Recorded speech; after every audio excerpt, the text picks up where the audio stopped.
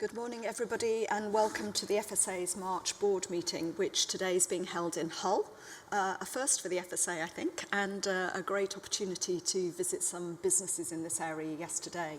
I'd like to thank both Cranswick and Safina, who hosted visits by the board and our officials yesterday, which were really helpful for us to see the sheer scale of food production here in this region. We don't have any apologies for today's meeting, but in contrast, I'm actually very pleased to welcome Rachel Cooper and Beth Chowdhury, who've recently been appointed as on a job share basis to fill the post of the Director of Strategy and Regulatory Compliance at the FSA. Rachel and Beth have joined us on loan from the Department of Education for a year, and really delighted to welcome them. They've already made a great start in getting to know people in the FSA and our work. As usual, we invited questions ahead of the board, and we've received a number from stakeholders and members of the public in advance of this meeting, which relate to the papers on today's agenda, particularly some issues that will come up in the Chief Exec's report, and also the paper on the border target operating model. We will try to, I think probably will, address most of those questions quite naturally as part of the discussion, but nonetheless we will produce a written response too, and that will be available as part of the record of the meeting. So in the usual way, can I start the main business of today by asking if any board members have any new interest to declare, or any interests that relate directly to items on the agenda today. And whilst you're just giving that a bit of thought, I did want to note that I've been invited in a personal capacity to become a member of the DEFRA's Food Strategy Advisory Group, and I've accepted that. I don't think that gives rise to any conflict of interest at all in discharging my duties to the FSA, and indeed, you know, contributions to both are really intended to try and drive the best outcomes for the public from the food strategy. Does anybody else have any new interests that they want to mention today? No? Okay. So, moving on to the minutes from the last board meeting, which are available in your pack. Are people happy to accept those as an accurate record of the December board meeting? Great silence around the table, so thank you again to the people who prepare the minutes for us. That's really helpful. I'm turning now to the actions from the previous meetings. I'm very pleased to say that I think almost all of those actions are complete, and the few that are not are already slated to come to the next board meeting in June, as we'd agreed.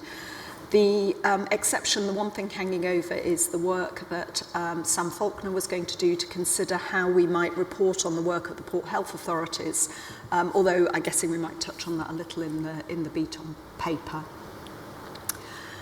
Are there any further comments on these actions from board members, or any further information you want on the actions that have been completed? Fiona. Thank you, Susan. Morning, everyone. It's a small comment on the foodborne disease paper, and there's a note here that says it'll cover data from businesses and also chemical contamination from chemical toxins. It hasn't been covered in today's paper, so it's a request that we pick that up at some point further down the line. Thank you. Okay, thanks, Fiona. We can definitely make sure that we do that. Sorry, that's been overlooked. Anything else? If not, we'll press on, and we'll start as usual with my report to the board. I should say, I want to start by saying I'm absolutely delighted that Katie's been appointed into the permanent chief exec role. It feels sort of odd to be saying that, because it feels like she's been doing it for such a long time, because she's so sort of well settled into it. But in fact, it was only officially confirmed in January. So congratulations again, Katie, and great to have you with us. Talking of appointments, you'll know that we're looking for some new board members. I'm delighted to say we had both a fantastic number and quality of applications. There were 144 applications. We have now done the shortlisting and have been able to identify people to interview with a very wide range of expertise, which I think will be hugely valuable to the board. We'll be conducting interviews next month. I hope, though I obviously can't be certain, that we will conclude that appointment process in time for the June board, but obviously we will bring new board members in and go through the usual induction process as quickly as we can. My list of external engagements has been published as usual. I think you'll see that it's been a really busy period for policy engagement. I have written to the new Public Health Minister, Ashley Dalton, and I look forward to meeting her in her role as the FSA Sponsor Minister. She is already very actively engaging in our work, not least representing the FSA in the parliamentary debates on the SI relating to the first reforms in our market authorisations, which in fact she's now signed into law, and that's a really important step, I think, on the reform journey that we're all on in relation to market authorisations. I've had very useful conversations with Daniel Zeichner, the Minister for Food Security and Rural Affairs in DEFRA. Alongside our regular meetings, I was pleased to speak with him at the York Food Systems Conference to really welcome the 2024 UK Food Security Report, which DEFRA produced and which FSA made a substantial contribution. And the Minister and I also spoke at the parliamentary launch of the Food Foundation's Broken Plate Report. I'm really pleased to see that DEFRA is ramping up the work on the food strategy, which is going to be so important. And I've expressed the very strong support of the FSA for that work. And I know officials are working closely together. It's a real opportunity to improve cross-government working and get better outcomes in the food system. I'm really pleased to be a member of the advisory group for that. The board have discussed our aspirations for this strategy when we had our retreat in January, and as the plans emerge, I'm sure this is something we'll want to consider at a future board meeting. Our relationship with DEFRA feels very strong at present, and I really welcome the very collaborative approach that they're showing to areas of mutual interest. I've met twice with Baroness Heyman since our last meeting, focusing in particular on trade and border controls, which we're going to discuss again later this morning. Linked to trade, I was pleased to visit our FSA and DEFRA counterparts in France and Spain in a visit organised by our international team. And I hope that these meetings will really strengthen the sort of information sharing and just the knowledge that we both have, particularly on areas like incidents and food crime, which really demand a cross-border response. It was also an opportunity to talk to them about the reforms we're planning to our market authorisations and the new work that we're doing, particularly in relation to precision breeding and to promote the work on cell-cultivated products, where there was substantial interest and conversation in Europe, not all wholly aligned, but certainly real interest in the work that's going on here in the UK.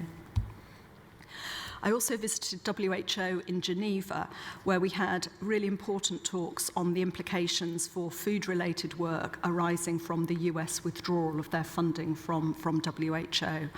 In particular, I was very keen to talk about how we can work with other WHO member states to secure the funding for the very important work that's done by Infosan, which is so crucial to our response to food incidents. I was really impressed by their new head of the Nutrition and Food Safety Division, Dr. Luce de Riegel, and interested in how they're bringing together the work in WHO on nutrition and food safety into a single, much more holistic view of the food system. And I think there's, that's going to be important for us to think about in relation to the food strategy. So that's international business, but it's also been a busy time at home. And the other big thing I wanted to report to the board concerns the Prime Minister's mission for growth and the role of regulators. As you know, and has been widely reported in the media, the Prime Minister, the Chancellor and the Minister for Trade wrote to us before Christmas asking for details about how we as a regulator were going to contribute to the growth mission. We responded in January as we were requested, and I've sent to board members copies of the Regulating for Growth Action Plan, which was unveiled by the Chancellor last week, which you'll see includes the commitments that the FSA have made. There's also been discussions about the importance of regulators having clear and measurable KPIs, and I'm really pleased that we already do that and operate with a very high level of transparency, and I think that's been recognised. I'm going to leave Katie to go into some more details on the specific areas of focus for the FSA and the growth agenda. But I do want to say that I think we, as a board, should really welcome this ministerial interest, because I think it gives further impetus to lots of the work that the board have been trying to push forward in relation to reform. And I think that can only be helpful for what we do. It is perhaps, though, also worth saying that in the discussion, and maybe this is mostly for stakeholders and people listening into this meeting, that although the board are very committed to the growth agenda, we've also absolutely recognised that first and foremost, the FSA is a safety regulator, and that keeping people safe and ensuring that food is what it says it is actually our most important contribution to the UK economy, allowing businesses to trade successfully and for consumers to have confidence that food is safe. I don't need to tell you that a major food incident would be hugely damaging to UK growth. But we have got to ensure that our regulatory approach is proportionate and efficient. And again, that echoes the message that the board have been giving to officials very consistently over the last few years. When it comes to reform, that's also important if we're going to deliver proportionate regulation. And we are already on this journey with market authorisations, with local authority inspections, and thinking about some other areas of our business. We've got to press on with that really important work. And I know that's hard when resources are pressed. But nonetheless, reform is the long-term way of ensuring that we stay ahead of the game as a very smart and effective regulator. We do have to do that. I know this is asking a lot of officials, but we do need to do reform alongside the specific opportunities we have to drive growth and investment, particularly in food and agri-tech. And part of that is about enabling new food products to come to market as efficiently as possible. I had a really constructive meeting with Minister Vallance, and we discussed our shared vision for what he describes as a pro-innovation regulation. And I think that suits us very well. That's the space that we want to be in. I'm really encouraged by the setting up of the Regulatory Innovation Office, and I'm absolutely delighted that Lord Willits has been appointed as the chair. On food innovation and agri-tech, we've already set out our plans in relation to precision breeding. That's something we've talked about a lot over the last couple of years, but there's more we can do. So not last month, time's flying, earlier this month, we launched the sandbox on cell-cultivated products, and that has dedicated funding from the Department for Science, Innovation and Technology. And I'm absolutely delighted that we've just been awarded further funding to create a much wider innovation hub to build capability and capacity to regulate novel food and feed products. This is a real opportunity for us to show the value of engineering biology in the food system and to make the UK one of the most desirable places in the world for companies to come and develop and authorise new products. Officials are working really hard on the details. This is very new news, and we'll monitor progress on that primarily through the Business Committee. However, the whole board has a really important role in ensuring that our regulatory systems are proportionate to the risk so that we can fulfil our commitments to support innovation without compromising on consumer safety and upholding our statutory objectives to protect public health. I guess I'm at risk of talking about this a bit too much, but I am really pleased that we've been able to secure this additional funding at what is a time of huge pressure on public resources.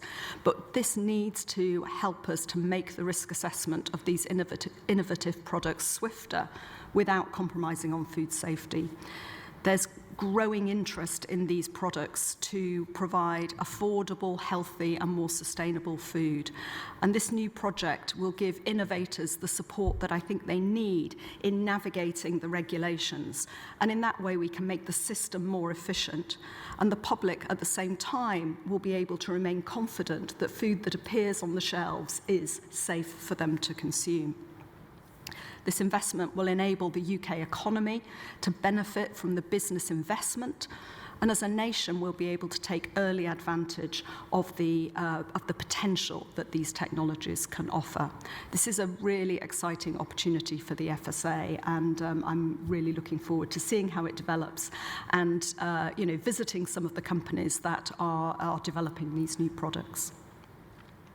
That is definitely enough from me. I could talk a bit more about it because, as you can tell, I'm quite excited about this area, but it's probably a good point for me to hand over to Katie, who will add some further sort of more operational details about the specifics of what we're going to do. But just before I do that, are there any questions for me? Well, maybe we'll save questions on the Innovation Hub until after Katie's given us some further details. But if there are any questions on other aspects of my report, very happy to answer those now.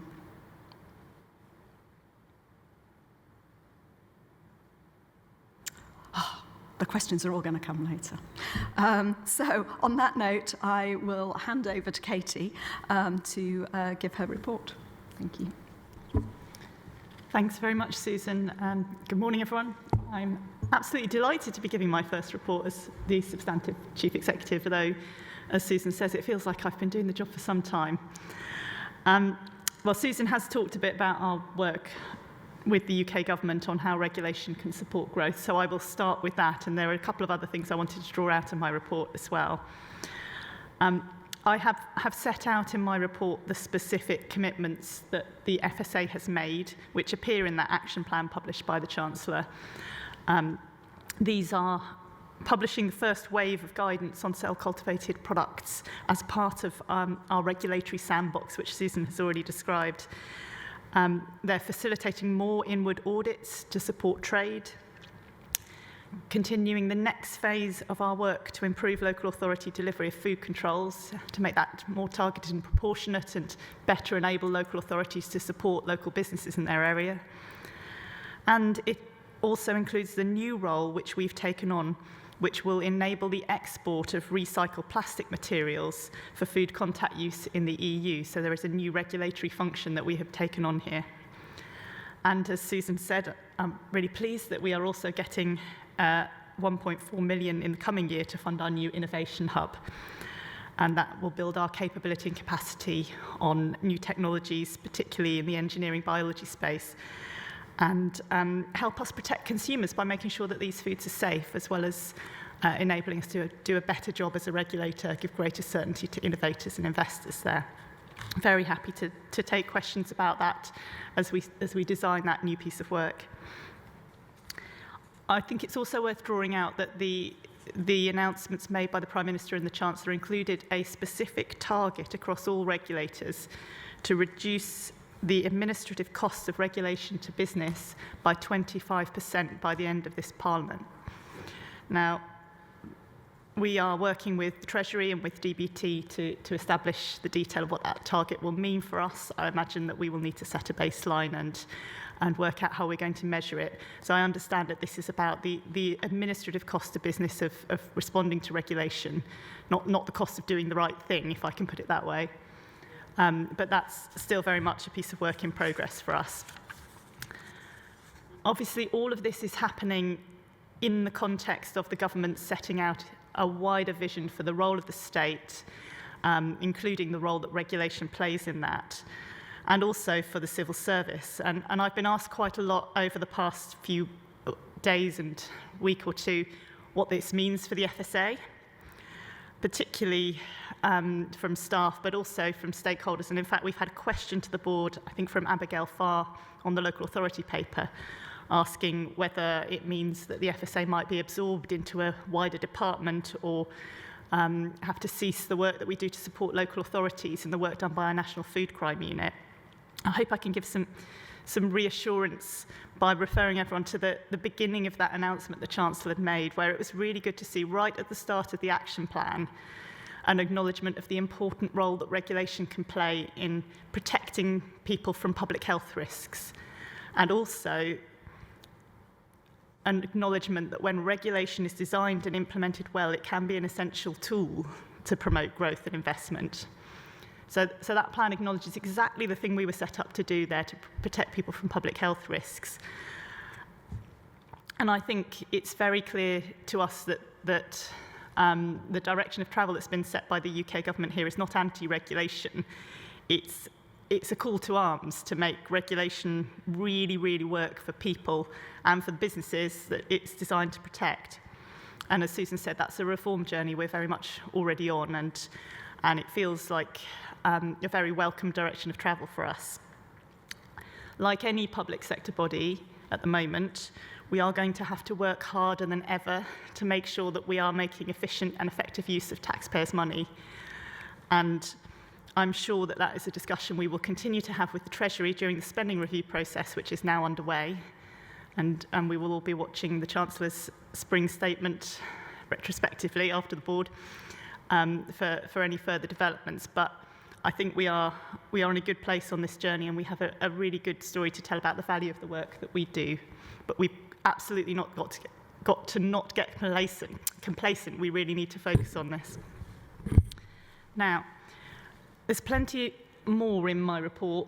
I'm not going to try and go through it all, but I'm very happy to answer questions on any of it. I just wanted to draw attention to a couple of successes before I finish on the legislative front. The first, and Susan has mentioned it, is the statutory instrument making our first wave of market authorisation reforms, which has now passed through both houses and is coming into force on the 1st of April, which will enable us to make changes to the process which will make those market authorisations quicker and more efficient without any compromises on the safety. We're now working on the next phase of reforms, and in fact we've had another board question from Lucy Spinks asking that. So yes, we are getting on with the work on the next phase, and happy to talk more about that if board members are interested. And secondly, the statutory instruments which have been laid, which finally mean that the National Food Crime Unit has the powers it needs to really tackle food crime. For anyone who's been with us on this journey, it has been a long journey, and this is a really significant milestone for us, and I think it will be a really excellent thing for businesses. So both of those, I think, deserve a bit of recognition.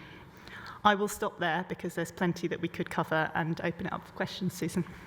Thank you very much, Katie. And I should have acknowledged the new powers for the NFCU as well, and really want to say huge thanks to officials who've worked incredibly hard to get that forward, but also many stakeholders outside of the FSA who've really recognised that this was important in boosting our capability to be able to take effective action. Hugely grateful. So much of what we do in partnership, and you know, it helps us to know we're doing the right thing. So thank you for that to all of those people who's helped. Definitely a moment for celebration. Any questions from others? Oh gosh, round the table. Mark, I'm going to let you go first, since you've helped a lot on the NFCU work. I don't know if it's in relation to that, but anyway, you deserve to get the first question. It wasn't specifically, although I am obviously delighted that at last the NFCU has got the powers that it needs. It is something I think we need to bear in mind, that we talk a lot about being a regulator, but actually the NFCU gives us a quite unusual capacity to really get into and deal with criminal actors in the space of food. So it's not regulation, it is hard-nosed criminal enforcement that they're now able to do as a standalone unit. So yeah, I'm absolutely delighted that they've got the powers that they need. That wasn't the question I was going to ask or the comment I was going to make, but as you invited me. I had a few just thoughts and comments, Katie, if I may. I'll just download them, if that's all right. You touched on market authorisations and the change to the law that's come in. I'm delighted with that. We did a piece of work, as you know, with the team doing that piece of work. Changes to the law were one aspect of the journey. You said you might be able to talk a bit more about that. I'm obviously keen that we are continuing to pursue the things that we were both told and identified as a board in the subgroup that we had, that those are progressing at pace, so that area of our work is as effective as it can be, both in terms of safety but also in terms of innovation. I did notice and smiled at your expectation that the board will want to know a great deal about the advice we give to ministers on CBD products, and just wanted to say yes. You're absolutely right. Thank you for recognising it. What I was going to save my main comments for, though, were around the stakeholder events linked to national level regulation. I was privileged to attend both of those events. They were genuinely a positive experience, I think, for all in the room, and the room contained regulators, businesses and academics from quite a wide range of organisations. There was, and I think one of the facilitators phrased it such as this, there was a dangerous level of agreement breaking out amongst the participants in those sessions around the possibilities for improving the way that regulation can be carried out, and a real emphasis on the fact that we were not talking about deregulation but about better regulation. And now hearing what we've heard in recent weeks around the government's drive around better regulation, I think it's really important that we don't take our foot off the gas in terms of that piece of work. There was a fascinating presentation there around outcome-based collaborative regulation, and I'm hoping that we're going to look at that in some detail and see how we can learn from that. But I think in general, you've mentioned in your report that there'll be some options coming to the board in June. My only comment in relation to that, other than the fact I'm really looking forward to them, is that I hope they're really ambitious for how we can improve what we do in that space with our partners. Great, thank you, Mark. I think what I'm going to do is I'm going to scoop up all the questions, Katie. I can see you're making notes and I'm making a list, so hopefully we won't lose anything along the way. So let's sweep round. Rhian. Thank you, Chair. Thank you, Katie. It was a really comprehensive report and there's a lot of successes in there.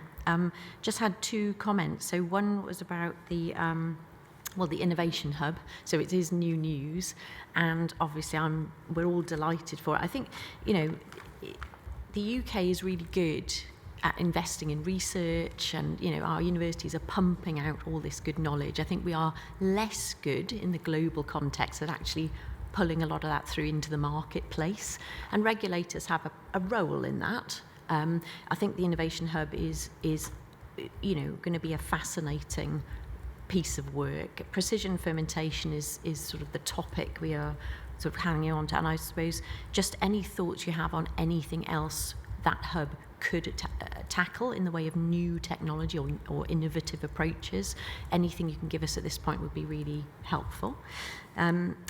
Because it's a chance to horizon scan, and I come across in my day job a lot of very interesting new technologies. I wonder how far we're going to go. And the second point was, as you might expect, just welcoming the point 13, the Welsh Government review of the FSA's work in Wales. I understand this has been a while bubbling, and now we've got this review taking place, which I really welcome, and I think stakeholders in Wales really welcome it.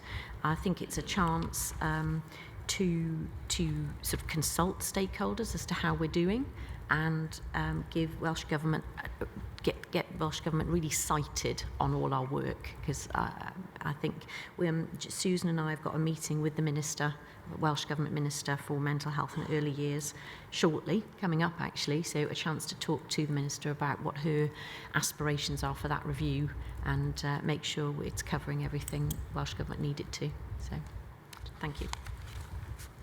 Thank you, Rhian. Coming over to this side of the table, Anthony. Thank you. Katie, in 4.5 you indicated that some local authorities won't be in a position to meet the 31st of March deadline for the new food standards delivery model. You also highlight the fact that it is their responsibility, but I wondered if we knew how many or what percentage of local authorities were in that position and what the likely catch-up time would be for them to actually all be on the system. Anything from Margaret or Tim? Margaret. Yeah. Thanks, Katie. It's a really broad report and shows the breadth of the work we do. Can you just briefly tell us how we're engaging with consumers on the sandbox? I think it would be useful to know that publicly. On recycled plastics, also a little bit more on the rationale between FSA taking on the role of competent authority, given the pressures we've got anyway to do the day job, which all regulators have. Great news re the National Food Crime Unit, finally. Shellfish, a little bit worrying. It slightly flies in the face of our commitment to help growth where we can, given that things aren't necessarily going in the right direction on that. And we export so much shellfish. What can we do about that? Or what is being done about that? And I'm glad that finally some extra guidance has been put out on allergens. Thank you. Thank you. Yes, the new allergen guidance I think is a really important step. So thank you for picking that up, Mark. Tim.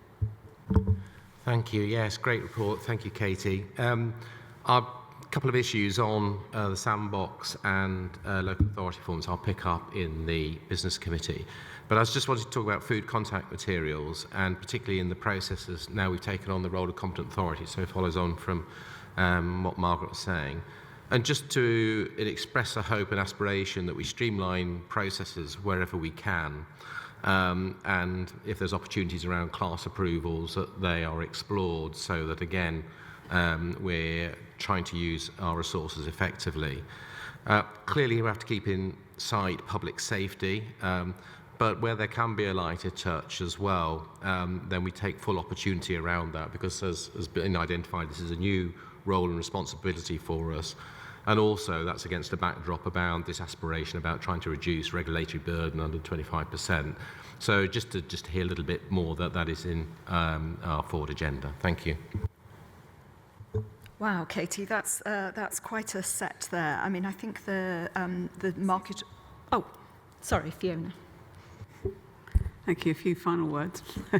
I just wanted to pick up on the CBD applications.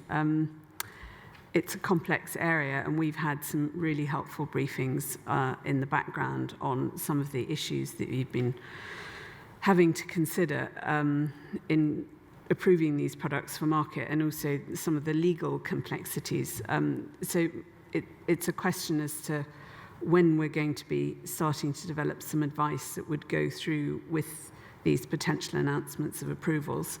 And particularly ensuring that there's good information for consumers coming on the back of that, because there are risks, significant risks associated with the products. So it'd be really helpful to understand what that timeline looks like at some point. Thank you. Good. So, Katie, it seems to me there's a batch there around market authorisation, CBD, innovation hub, all of that, novel food and feed, which you can perhaps pick up, including the role of consumers in the sandbox, which is something we actually had quite a big discussion about at the business committee. So it will be good to hear the reflections on that. Then a batch around local authorities and going back to NLR and Mark's comments on that. And then I think a couple of more specific things, shellfish, and any comment on the Welsh Government review, though I imagine we're just waiting really for that to come out. Thank you. Right, I will do my best, and you can tell me if I've missed anything. So if I start with national level regulation and Mark's comments on that, I also attended those workshops and I found them extremely positive. What was really striking was that once we talked about what actually happened in the trial and the data that we had access to and how it was used, it became clear that it was a no-brainer that being able to access and use that data would be of benefit to consumers, because it would make us better at targeting regulation, whoever does it. And I think there was real sense in the room that using data to target regulation is the way forward. We're already doing it on the new food standards model much more, and this was a way to do it in part of the food hygiene world. So we will come back to the board on that in June, and I just wanted to acknowledge that I think we had another question on that asking for an update, so I hope that has answered the question there. Yeah, and we'd always planned to do that in June. I think there's quite a lot of work that still, I mean, it sounds like it's moving really well, but there's still quite a bit more and more conversations to be had. On the local authorities more generally, I think we will probably also pick up on this on the business committee report, because we had quite a discussion about the food standards model rollout at that. I don't know if you would like me to talk now or whether you want to pick up in that item. Well, I think on the generalities and the strategy, I mean, great to pick up on it now. We'll just focus on the operational aspects in relation to the business committee. Since it's come up, let's cover it now, and it saves us time later if need. So the changes to the Food Law Code of Practice, which require local authorities all to deliver under the new food standards model, come into force on the 1st of April. And we had been hoping to get all local authorities working to that model by then. Unfortunately, despite 18 months of really intensive work with them, what's become clear is that the management information system changes that are needed are difficult for many local authorities. And obviously they have a contractual relationship with their MIS provider to get that done. Our latest information is that we're expecting the majority of them not to have transitioned by that date, but we have got timetables from the MIS providers suggesting that 2/3 of them will have moved to the new model then over the summer. And when we come to the board in September for the local authority performance update, I think we'll be able to report much more progress, but I think we'll also need to have a conversation about what we do with the local authorities who have not managed to transition. I have written to the chief executives of every local authority who has not yet transitioned over to the new model, reminding them that this is now a statutory requirement, and it is something that they will need to negotiate with their MIS provider. We'll keep giving the support that we can, but ultimately we are going to have to start managing this through our performance management process. So it's very much on our radar. It's really important for consumers that we get the new model working, because we have piloted it and it is better than the old model, and I know that there's a lot of will to do it in local authority food teams. This is not a lack of will. It strikes me we're sort of approaching that tipping point where we move from support to rather firmer demands for this to happen, but maybe just not quite there yet. Fiona, did you want to add to that? Yes, thank you. I mean, I think it's been a really significant piece of work, and we shouldn't underestimate, firstly, how much effort's gone in from our teams and all of the local authority teams who participated, and that it's been done reasonably quickly in the scheme of things. You know, to go from where we were 2 years ago to now is significant.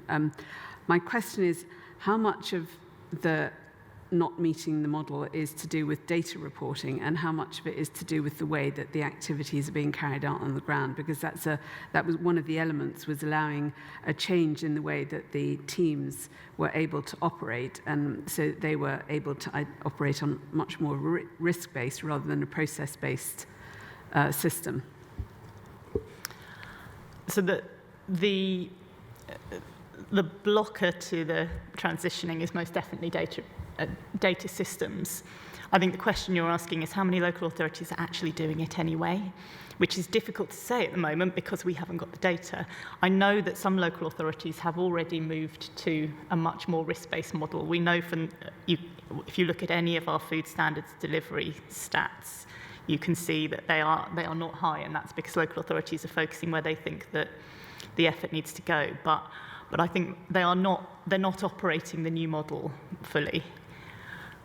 Generally, and until we've got the MIS provider systems put in place and the data coming into the board, I'm not going to be able to come to the board and give assurance that this is actually being done, and that's a concern for me. Shall I go on to market authorisations now? And Mark was asking about the work that we did with the board subgroup to improve the process generally. I mean, so the two legislative changes that have come in are just one part of the picture. They are very important in their own right. The two things that we've done are to remove the requirement for a new statutory instrument for every batch of authorisations, which adds months to the process. and to remove the automatic requirement for applicants to apply for renewals for certain types of product, even if the evidence has not changed at all periodically. And those themselves will make a big difference to the caseload. I think we're expecting about 100 renewals to drop out of the caseload as a result of that. But internally, we've also done a lot to get our house in order and to improve the way we manage the system. We've introduced what we call active caseload management, which means a much more active pausing of requests when we've gone for new information, much more active work with applicants to get these things moving along. We have started using other regulators' opinions, which was another of the areas we discussed with the board subgroup. I think at the last count I heard, we'd identified or used over 30 other regulators' opinions for market authorisations.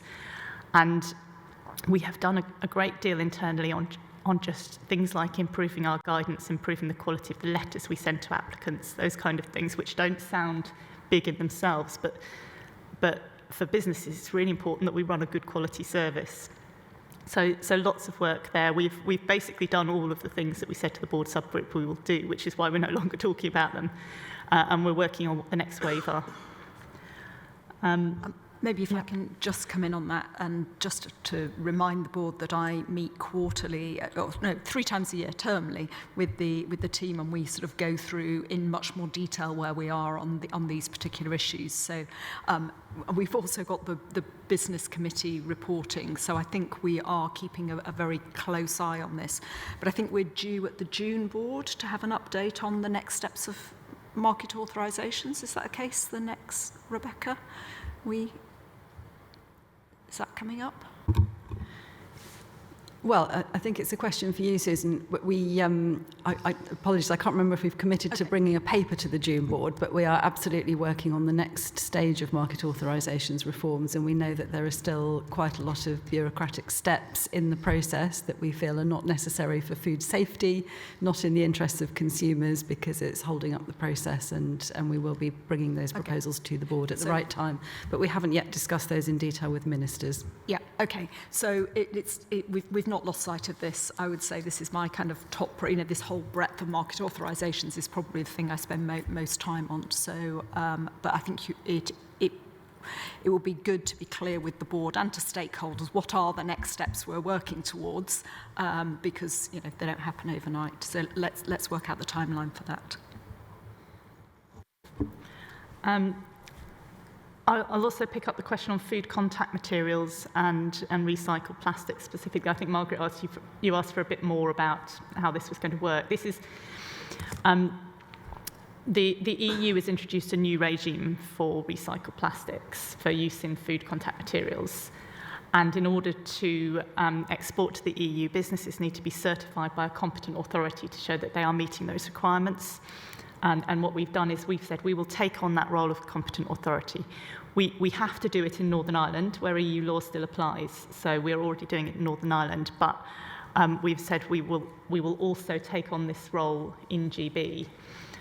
This effectively means it's another market authorisation type role. It's not our market authorisation service, but businesses will apply to us. I think we've had applications from 23 GB-based operators now, and then we will carry out a sort of assessment or audit. We're working through how that will work and who will do it exactly at the moment, but that's what the job looks like. The other areas to cover, I was going to hand over to Rebecca to say a little bit about potential for supporting technologies in the Innovation Hub, because she's been particularly focusing on that, and I was going to also ask her to pick up CBD and shellfish, and I think that covers everything. Yes, if Rebecca's going to do all of those, I think it does. Fantastic. Thank you very much, Katie. Yeah, so I'll just say a bit more about the Innovation Hub. So as the board is very well aware, our market authorisations are divided into a number of very structured regimes. So we already have teams working on all of these different products. What we've been doing over the last 6 months is bringing those teams together so that they work side by side under a single leadership.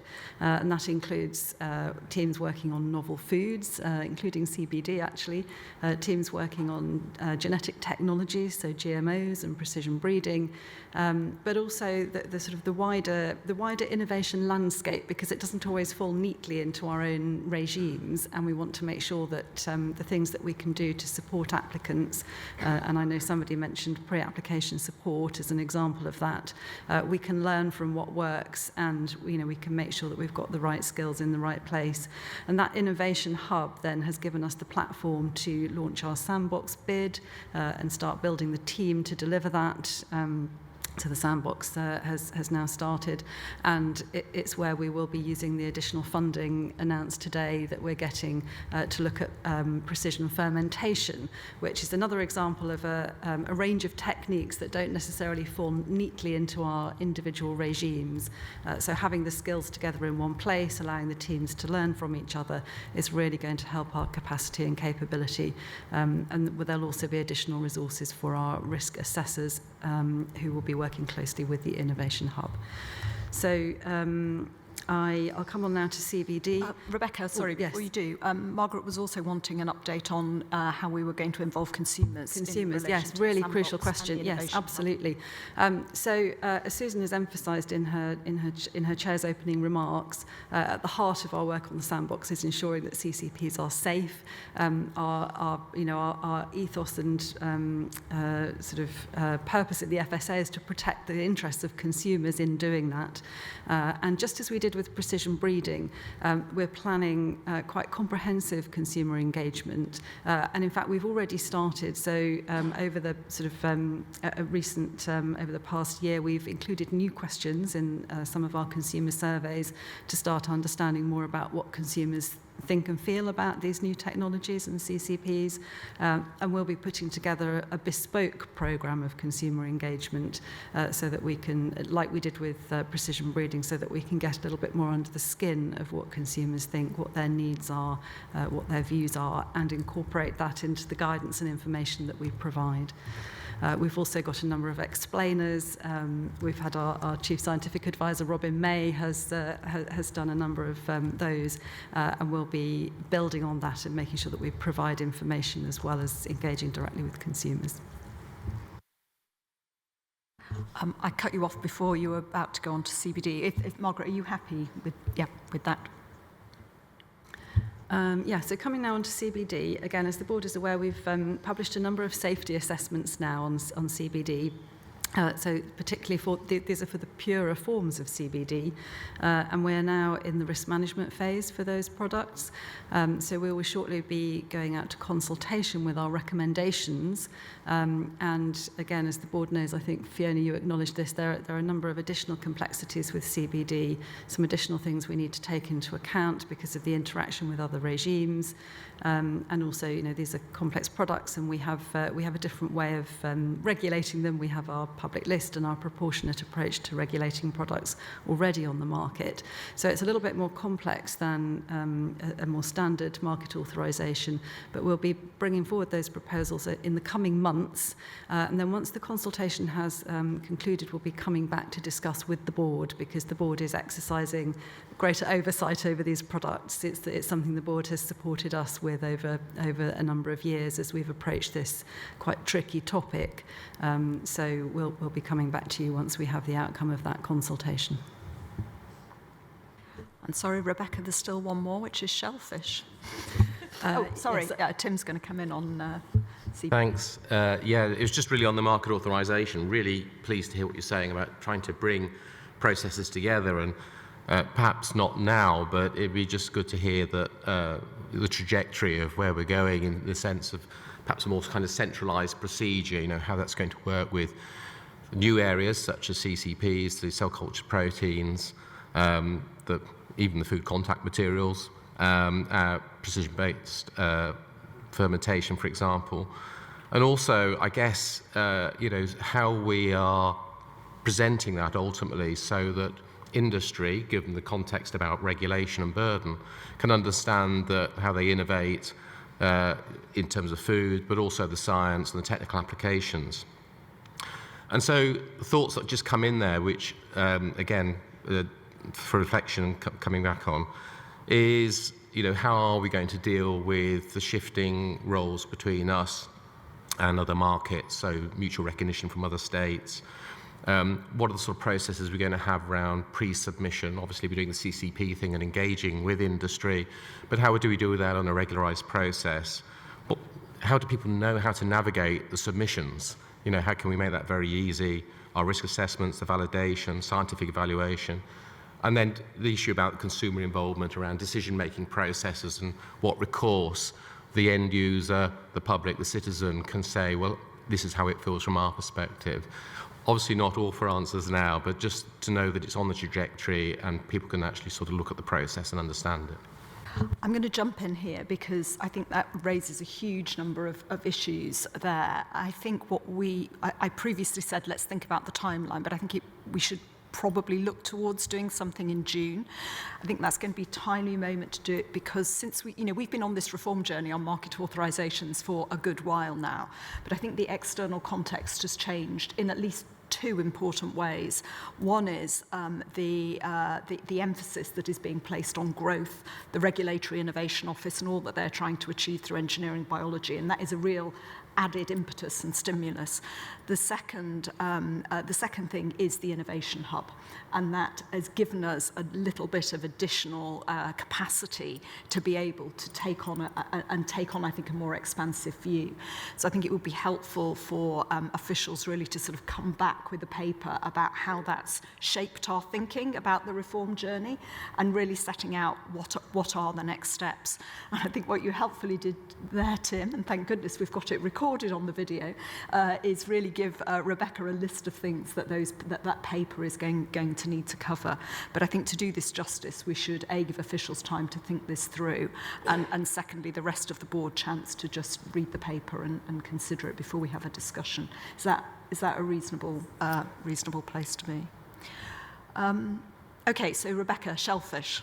On shellfish, yeah. So, I think the question was what more could we do on shellfish? So I have to say we have worked incredibly closely with the industry since Brexit. They've been particularly hit hard by the new requirements for exporting now that we're no longer a member state. And we've introduced some really significant changes that again will protect public health and food safety. These are safe products if they're produced in accordance to the rules, but make it easier for them to comply with those rules. And we continue to do so. So we meet regularly with the industry. We're considering all of the proposals that they put forward, examples of what we've done. We've done lots of work with them on the treatment of anomalous results. We've done work on testing methodologies, and I think the board has previously discussed the pour plate methodology, which is something that the industry has been asking for. And we are supporting local authorities who are out there enforcing the rules to make sure that they understand the controls required and how to enforce those proportionately and to support industry to come into compliance. So we have done a huge amount of work. We continue to engage with them. And if there is anything that we can work together to improve, then we will of course do that. But I do think the most significant changes have happened, and the industry is already benefiting from those. I just want to say a little bit more on that. So Rhian and I went to visit the Menai and some of the shellfish harvesters there. They are facing huge challenges to their business. That is not about our regulations. That is about water quality. And that's a huge concern to all of us. It's also a concern to Secretary of State for the Environment, who's actually been very strong on the need to see improvements there. And that can't come soon enough. So Rebecca's absolutely right that I think we have looked at every bit of our process absolutely to ensure it's proportionate, and we've made some important changes which are helpful. Rebecca talks about bringing the industry into compliance. It sounds like we think they're doing something wrong. In a way, they're not. Absolutely, they are trying to manage in a very, very difficult situation. I was very disappointed to see that some of the harvesting areas had been downgraded. It wasn't what I wanted at all. Of course, none of us do, but it also wasn't entirely unexpected. They are facing huge challenges. But I think the industry do believe this pour plate method is a more sensitive method, and Robin and I have discussed it. It might be, it probably is about the same, but it might be, but we've now moved to a situation where that is available if people want to use that method, and a number of other changes. So I do think we've done everything we can. I'm not sure there's much more the FSA can do, but we should continue to be clear that water quality is a concern for the safe production of food. Margaret. I totally agree, and that's what I was going to say, but just to add that it is actually the deteriorating quality of the water that in a way is stopping the growth that we are trying to promote. I mean, this is a huge, you know, if we had clean water, it's a huge opportunity to, you know, mussels are a very sustainable source of very high quality protein. Most of it, it's difficult. But although the issues are mostly in relation to the export market as well. Any more on that? Anything else on Katie's report that people have had time to think of? I mean, Katie, really thanks to everybody in the FSA. There is an enormous amount of work going on. It's very easy for us to get excited about these new areas and the sort of innovation hub and so on, but the bulk of the work of the FSA goes on day in, day out. Keeping food safe doesn't happen, you know, miraculously. It happens because of a huge amount of work by everybody in business who really take the brunt of it, but also by the work we do in the FSA. And, you know, huge thanks to the teams who are working harder than ever, I think, on the day-to-day work, as well as taking on some of these new areas. But I do think that the government focus on this, although it can feel hard, actually is in fact helpful because it's an added impetus to do the things we want to do. Reform our regular regulation, make it more proportionate, make it outcome focused, and also do what we can. You know, living by the principles we set out in our strategy of helping businesses to do the right thing. And that is about keeping people safe and about contributing to the UK economy. So it is, you know, I think it's an exciting time. Okay, we will move on then to some of the main papers that we've got on our agenda today, which cover, as I've just said, some of the key areas of our work. Foodborne disease, which is at the core of what we do, work with local authorities, which we've already touched on, but we're going to start with a discussion about the border target operating model. It's a year since what's called the BTOM, Border Target Operating Model, was introduced, and this was the introduction of controls on EU commodities. And some changes in the way that we manage imports from the rest of the world. The board's taken quite a lot of interest in this over the last year, but we'd agreed that we would have a formal report at this point, which is 1 year since the implementation commenced. It has been a big programme of work for the FSA, but it is a DEFRA lead, and we've been working in very close collaboration with DEFRA throughout. I think that's working well.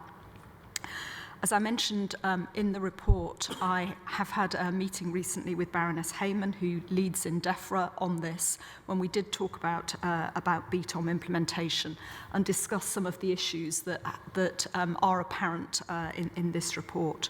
So I'll save some further comments on that till later. But right now I'm going to hand over to Jane Clark, who's our Director of Veterinary Services and Future Borders, to introduce this paper. Thank you, Jane. Thank you very much, and good morning, everyone. There's a little bit of feedback, sorry. The report, as Susan says, is talking about the Border Target Operating Model, the BTOM, which was put in place by the government over the last year to apply a fresh approach to the way that we manage our global imports into Great Britain of animals, food, feed, and plants, the so-called sanitary and phytosanitary controls. And that's after we left the EU. The FSA, working closely with Food Standards Scotland, have provided input on the policy and delivery of the food and food safety aspects of the BTOM.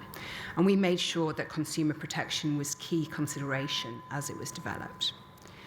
The FSA also represents the interests of Northern Ireland in relation to the BTOM and how it interacts with the Windsor framework.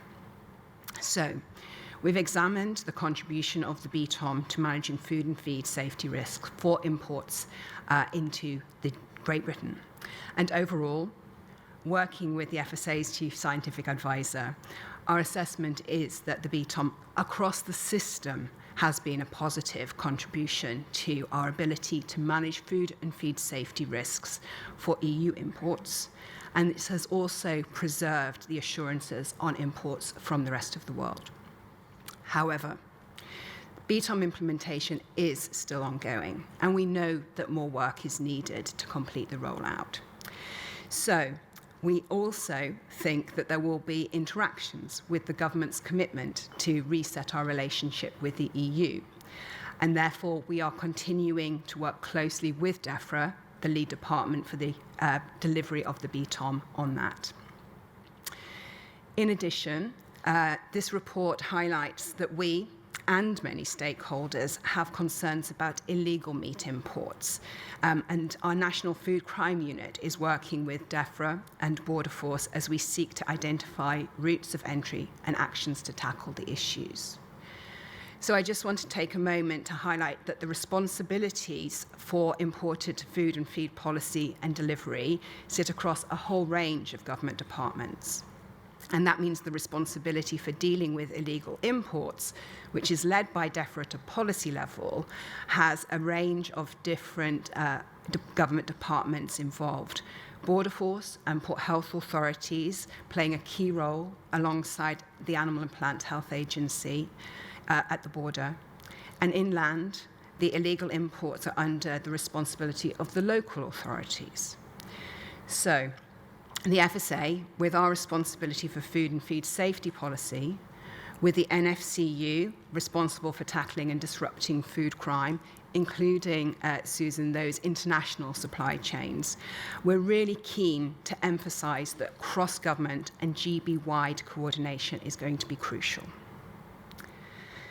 We also know that the BTOM has been of interest to a range of stakeholders. And we have received a number of questions to the board from environmental health professionals. Obviously, we'll respond fully in writing, but I just wanted to take a few moments to briefly respond here in the open discussion. First of all, on why we assess that the BTOM has contributed positively to our ability to manage risks. We now have health certification requirements in place for medium and high-risk EU commodities, and we are checking those consignments from the EU that we didn't have a year ago. We can also apply intensified controls where there is a serious risk to public health, but reassuringly, our repeated runs of the IDM Plus, the International Disease Monitoring Plus Food and Feed Safety model, are showing a really stable risk from imported food and feed. In relation to the West Coast controls, the government has committed to provide a further update on the implementation by the summer of 2025 this year, and we're working closely with FSA Ireland to protect the health and interests of consumers across the whole island of Ireland. And then finally from me, on the application of risk categories in IPAFs, I just wanted to comment, IPAFs is owned by DEFRA, and we work really closely with them so that the detailed advice provided to importers remains current and accurate. I'd like to just briefly pass to Anjali Juneja, and I think then that is all from me. Thank you. Thanks, Jane. Just very briefly, Susan, from me, before we open up for board questions, I just wanted to inform the board that last week I spoke with the Chief Executive of CIEH, Fran McCluskey, and she raised some concerns about the board as target operating model. We've agreed that together with DEFRA, we will meet with Fran to discuss those concerns. The FSA team will also meet with Port Health Advisory Panel and the CIH Professional Standards leads to discuss a bit more about the operational concerns that they may have.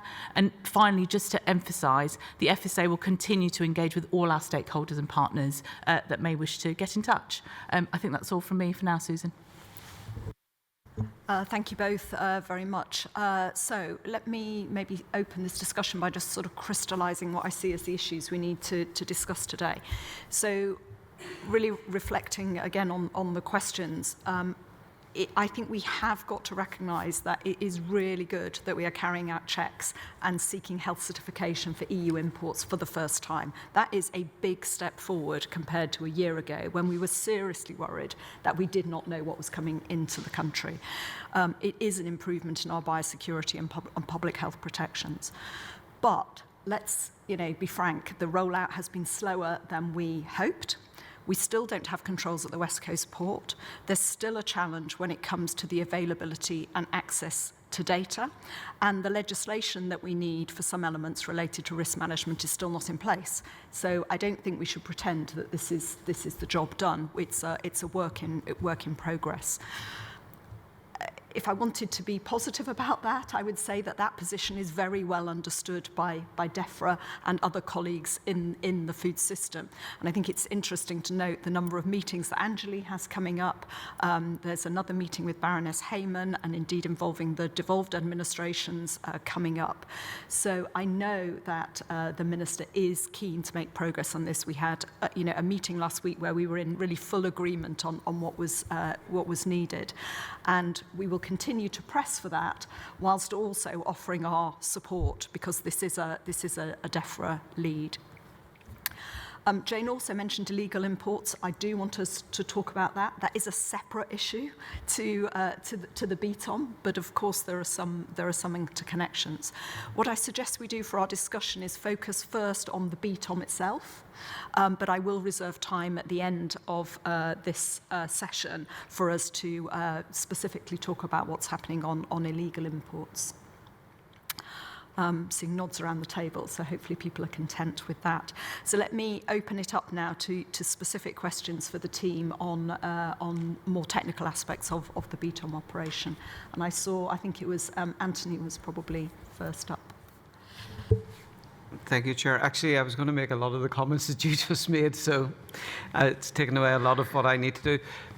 And whilst you're right to set out those clarifications of how much work still has to be done, I think this is an excellent paper, and we shouldn't take away from the amount of work that actually has been done to date. There's been a tremendous amount of work actually gone into this, specifically given that we don't actually lead on it and we're feeding in and we're dependent on everyone else. But I suppose the one question that I probably would ask Jane is just engagement with industry and understanding the BTOM and where it is, how things are changing, where things are going, and the reactions that we're actually getting back from industry would be good to know.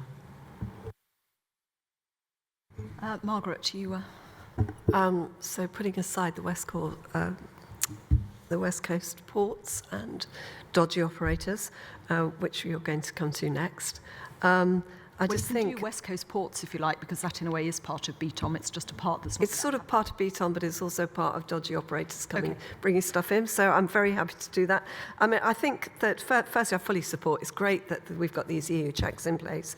Fully support the difficult job that you're doing, but we do hear two sets of reports. One is of dodgy food coming in. One is, as you raised, the lack of controls and those West Coast ports, what is coming in there. And also we hear from border staff, who we don't necessarily employ, about their fears and worries and concerns that they don't have the ability or the power even to mitigate against some of these issues. So I think we just have to be really straight about the problems. It's not all hunky-dory by any means at the moment, and so more on our ability to deal with that. Yeah, I mean, just on the West Coast ports, because I've had a number of meetings on this, it was agreed across the UK that they wouldn't be in the first wave of introductions, and we discussed this as a board. It is a risk, On the other hand, we have very good relationships with the Republic of Ireland and Food Standards Ireland there, which means that our intelligence sharing is better there than it is with some other parts of Europe. That doesn't take away the risk. And it's not just the Republic of Ireland, it's people coming all the way around by boat, seeing a little way in. It absolutely could be, and that's the reason why it cannot remain an open door. But as I say, I may be sounding slightly defensive. I suppose it was having spoken with DEFRA ministers last week. I really do feel like we're on the same page here. They know it's an issue too, which one we're keen to deal with. Any more questions? I saw Mark and then Rianne. Thanks, Susan. I don't want to repeat anything that's already been said, but I do want to agree and recognise with you the fact that we went out on a bit of a limb. You, I think, specifically went out on a bit of a limb when we thought there was a real risk to these checks not being in place. So I really want to welcome the fact we're doing something. I think we're not there in terms of having it exactly how we want it to be. But I've got a couple of very specific questions, if I may. The first one is around high-risk food not of animal origin. The paper tells us, and this might be where I've misread it, to be honest, but the paper tells us that the controls on that are outside the BTOM, but then when we get further down and it talks about implementation, it talks about them being within the BTOM. So I just really appreciate understanding how those high-risk foods are actually managed and to understand how that works at the ports, because at the moment the report seems to be conflicting in that space. We do talk about in the report the fact, and I think we've touched on this at some point in the past, documentary checks being reduced following analysis showing high rates of compliance. And I'm just looking for some reassurance that we're continuing to monitor that and that compliance is still high in that area as well, and that if it isn't, we're going to do something about it. And my last question is around, in paragraph 3.5, we talk about port health authorities being encouraged to do some additional checks and directing loads that are not sort of loads that would normally be flagged by the automated systems for additional checks. I'd be really interested to know what that looks like, particularly on the various short straits crossings where the intelligence available to port health authorities isn't so great as it is for the much longer crossings that come into, for example, the container ports, and actually in some cases where they get maybe 20 minutes notice of what comes in and the BCP is not within the boundaries of the port. So just really some understanding of that encouragement, how that would work on those short straight crossings. There is a lot of food that comes in on those short straight crossings. Thank you. Thank you, Chair. Thank you, Jane. Just a couple of points. They've been made, but I feel I should make them. Just hearing feedback from stakeholders in Wales through WFAC and directly as well. So on the West Coast ports in Wales, just hearing concerns about the lack of the BCP and for food and animal feed controls, and hearing what you've said, Susan, about meeting with officials to recognise this challenge. That's good feedback for stakeholders. But any comment you've got on the intention and the timeline for the West Coast ports in Wales particularly would be very welcome, particularly since my understanding is, but I can happy to be corrected, that Welsh Government would require a 12-month sort of notification period. How does that work? But also in the context of SPS and the bigger context of what's going on in the rest of the world and what we're talking about, any thoughts would be much appreciated. So the stakeholders also concerned about the burden on inland local authority officials. Is there a burden? So that's something I wouldn't mind any comment on. Noting that we haven't seen any increases in foodborne disease or incidents, so that's fine. But nonetheless, does that mean the local authority officials are working much harder? What's the size of the burden there?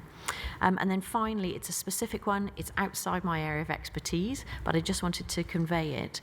Is it the case that port health authorities in in Wales don't have access to IPAFs? And just any comment on that? Thank you. Okay, so Anjali, Jane, I'm going to leave you to work that out between the two. Anjali, why don't we start with you? Thank you so much. Thank you for all... Actually, pause. I'm going to let Fiona come in and then we can... Sorry. Thank you. I just wanted to ask about the trusted trader work that's been going on. So it looks like it's been put to one side for the moment. I'd be interested to know whether the pilot, which only ended up operating across 4 businesses, concluded that some system like that could be a useful tool, and particularly probably because it's relevant to the short border crossings with Europe. My guess is that that's where it's most relevant, and whether it's something that we feel should be continued and progressed as an element that becomes part of this cross-border process. Thanks. Okay, you can add that one to your list, Angela. Thank you so much. Thank you, everyone, for questions. I will try to cover as many as possible, but may go to Jane on some specifics. So firstly, in terms of engagement with the industry, I think we accept that because there is a lack of data, we are trying to engage with PHAs and industry to get that intelligence on what is actually happening. Within the paper, you'll see actually there's reference to some case studies. Also worth saying that we're very aware of this, and DEFRA have done a number of working groups with industry and PHAs. That's not to say we just rely on that. We've done our own and linked in with our regional managers to find out more about what's actually happening on the front line. Mark, on the point around high-risk foods not of animal origins, apology if it's not clear, it is actually separate. We own that policy within the FSA. It's legislated for separately, and PHAs do the checks on high-risk foods not of animal origin. The reason it's referenced is when the work was being done around BTOM, what we wanted to ensure at official level was for PHAs, it was as seamless as possible in terms of the processes applied, but actually the BTOM is only for POAO, so products of animal origin. In terms of PHAs doing that point around Intel-led checks, this is very much around looking at pre-notifications that we'd hope PHAs do and look at where to target. There's a specific question on the short straits, which I will defer to Jane on. Rian, in terms of the West Coast, our understanding is the government does want to give an update on this in the summer of 2025, so this year. And as Susan mentioned, there is further ministerial meetings on this. We're aware of this concern. We liaise quite closely with Welsh government officials on this, and as referenced in the paper, given our responsibilities in Northern Ireland, we're very lucky. We have very close working relationships with FSAI and continue to monitor this and ensure consumers are safe. The point around IPAFs and a specific query which we are aware of from colleagues in Wales, we've referred that to DEFRA. We understand that's being addressed, and the access that was requested is being undertaken. To flag that is DEFRA-led, they own that database, but we did feed that straight back. My understanding is that's being dealt with very soon. Trusted trader, Fiona, so we've been very heavily involved, and we've spoken to the board in the past around this. There's learning to be had. There's definitely benefits. In terms of next steps, I think it's safe to say, as with the broader BTOM implementation, it's a decision ministers will take. I think in terms of any advice officials provide, or Susan in conversations will provide if she has meetings with ministers, it's ensuring that food safety and consumer interests are at the heart of any trusted trader scheme. And I think based on what's been done, there is learning to be had. But in terms of next steps, it's definitely a decision for ministers. I think there were 2 outstanding questions. Jane, if you could address, one is on the short straits, and I think a question around burden to inland local authorities. Otherwise, I think I got most of them. Thank you, Anjali, and thank you for the questions. I think you did get most of them. I did want to just add that DEFRA are working with us and Port Health authorities to assess and improve that data quality in the border IT systems, including IPAFs, but also how the border systems and IT systems interact with each other, and how the data can be used by the different authorities. And that's why I wanted to say that as I come on to the short straits and intelligence and so on. There is always going to be a challenge with the short straits, the just-in-time supply chains and the real high volumes. But the EFRA committee, you may be aware, attended the Dover, Bastion Point and Sevington last week, and Simon Dadd, the head of the programme, was able to join them at Sevington. He also took the opportunity to talk to the Port Health Authority, Ashford Port Health Authority at Sevington, and understand a little bit more about how they use their intelligence. And in fact, one of our former FSA colleagues is now one of their lead Port Health officials.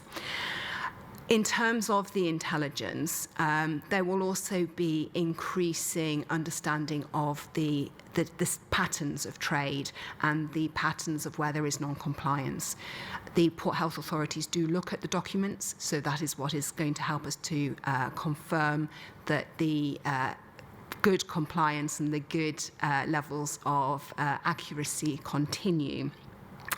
And then also they will take intelligence-led additional calls into the BCP when they have, for example, an emerging issue.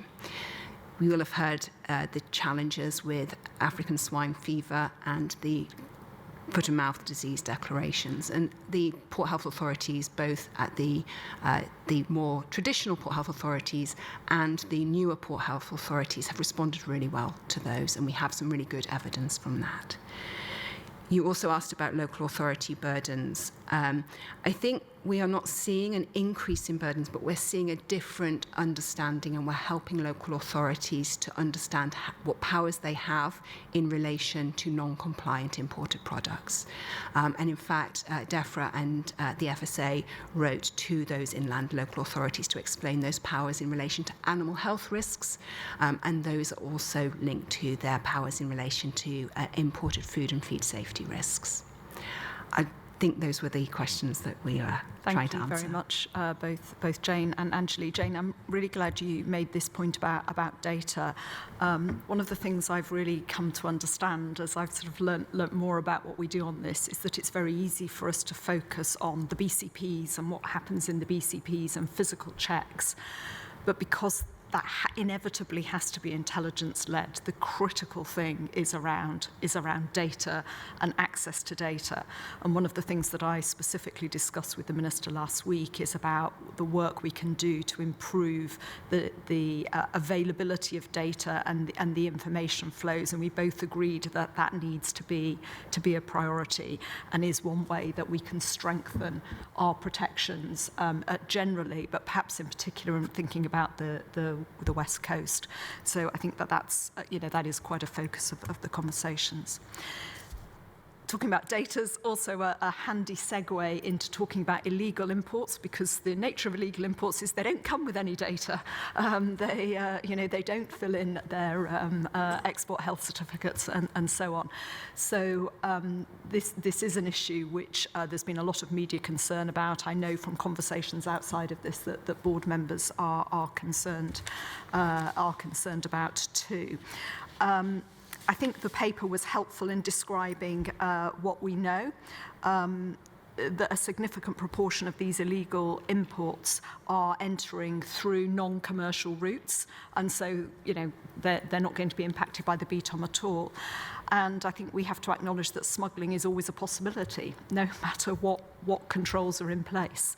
But this is a risk for both biosecurity, which is obviously a big DEFRA concern, but also for public health, because meat coming in the sort of so-called white van route doesn't come with traceability. It may be in unrefrigerated vans, and that is a clear risk. So I'd welcome comments from the board. I think particularly, on things you would like to see us do, can we do more in this area? Or are you satisfied that we're doing everything that we can? I wonder if it's helpful. I mean, Anjali, do you want to set out what?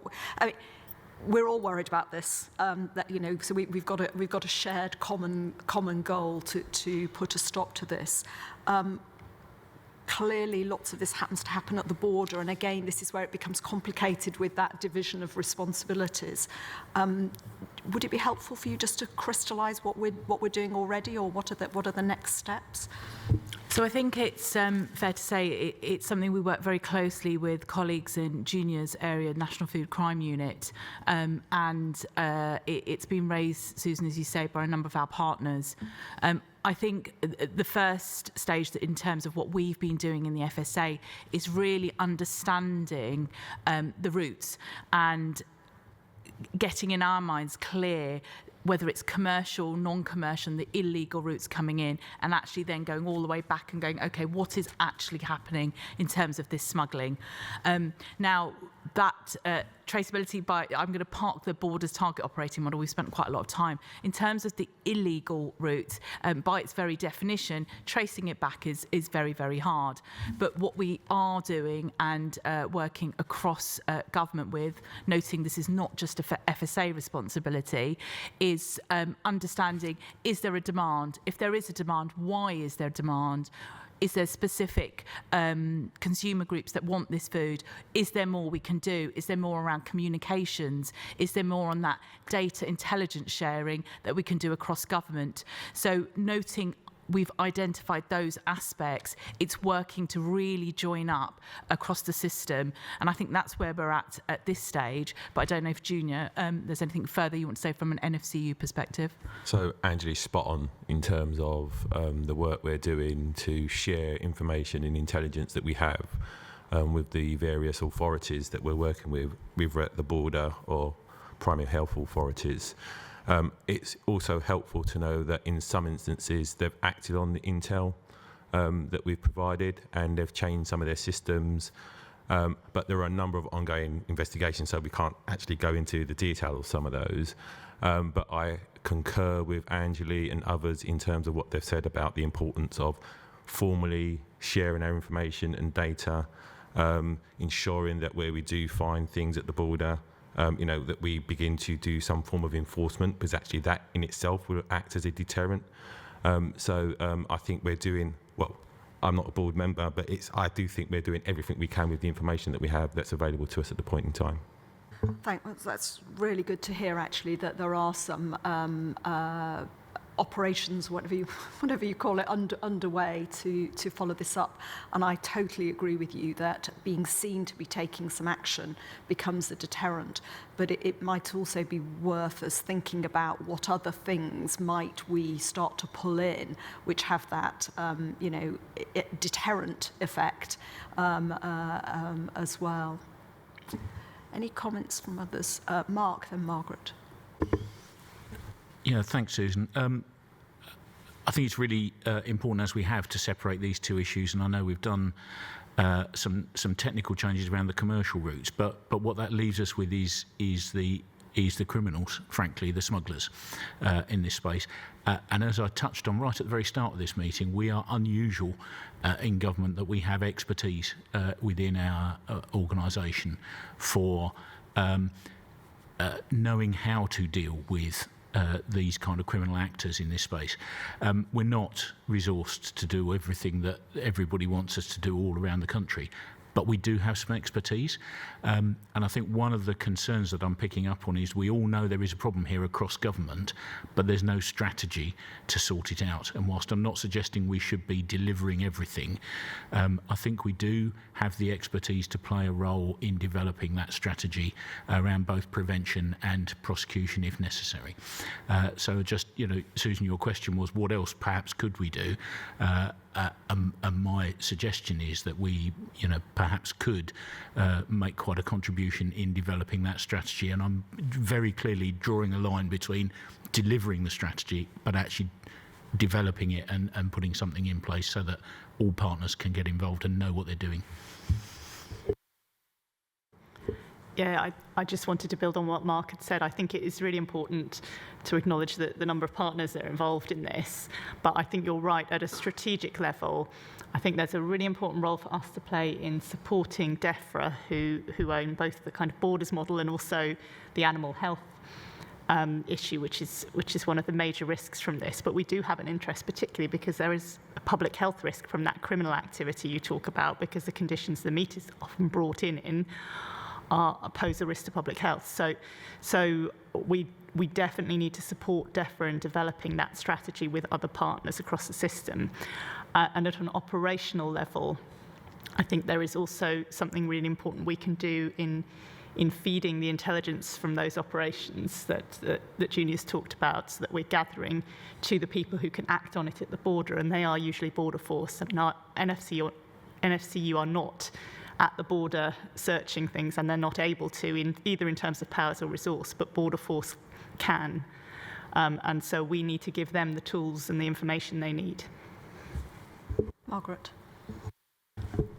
Absolutely. I think there are two areas that we need to target, because it's about the African swine fever, the foot and mouth, and the dodgy operators bringing in the meat, and therefore they're a risk both to herds and also to the public.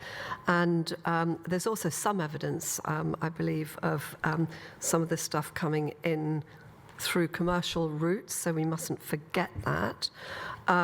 I'm sure our NFCU are targeting the smugglers in whatever way they want, and we don't want them to be giving away their trade secrets. But I do think we should be much more forceful in targeting what's happening at the borders. And the fact that we've got cross-border cross-government organisations working there, and I don't see evidence that the cooperation is really working, and that has to be addressed. That really does have to be addressed.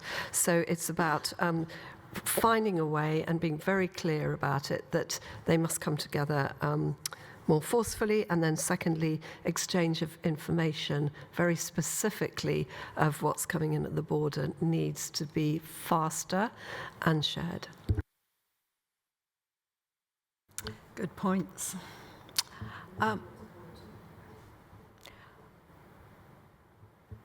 Well, I guess my comment, I think this idea that we should maybe talk to DEFRA about helping in terms of developing a strategy is a very specific action that we should take up.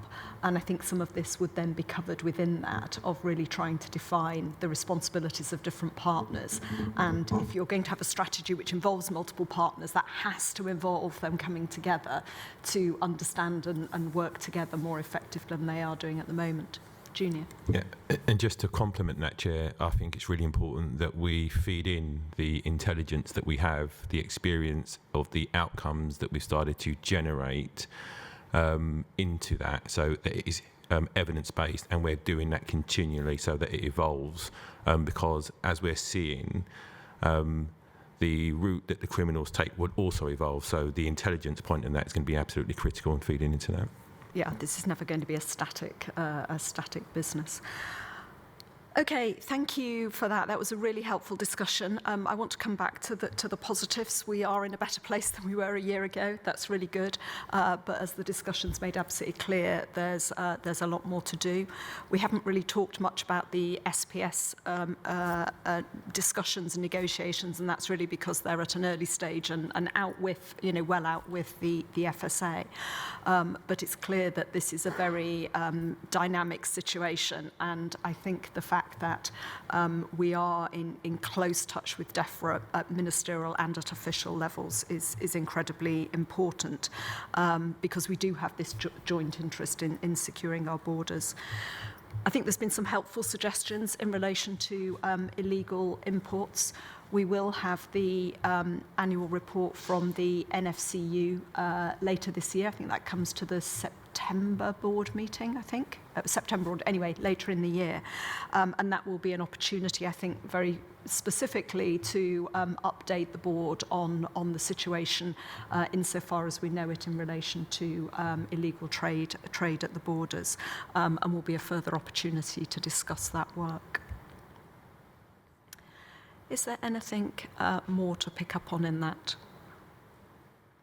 No? Okay, in which case, thank you very much to Jane Clark and to Anjali and to your teams who are working very hard on this at the moment. Thanks. So moving on now to the next item on our agenda, and this is about foodborne disease monitoring.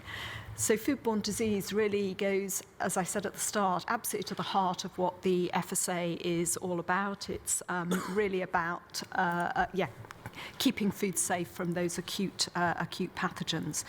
We had a good discussion at the, in fact, it was at the March board meeting last year, so a year ago, on the levels of foodborne disease and the action the FSA was taking. Levels are generally quite stable. That's a concern. We'd like to see them coming down, but they are quite stable. We, at the time, were waiting for data from public health agencies to inform a review of the thresholds that we use in our monitoring to really identify when there is an unusual change in the pattern of foodborne disease. And we agreed that the results of that review would come back to the board, and that's really about what the paper today is about. So I'm delighted to welcome to join us today Natasha Smith, who's the Deputy Director of Food Policy, but also Anthony Wilson. Welcome, Anthony. Anthony's the team leader in risk assessment, science and evidence, and has been working in particular on these thresholds, which at the heart of them are really about how we make a science-based judgment on what is outside the normal. So I think, I'm not sure, is it going to be Natasha or Natasha is going to introduce this paper? Thank you.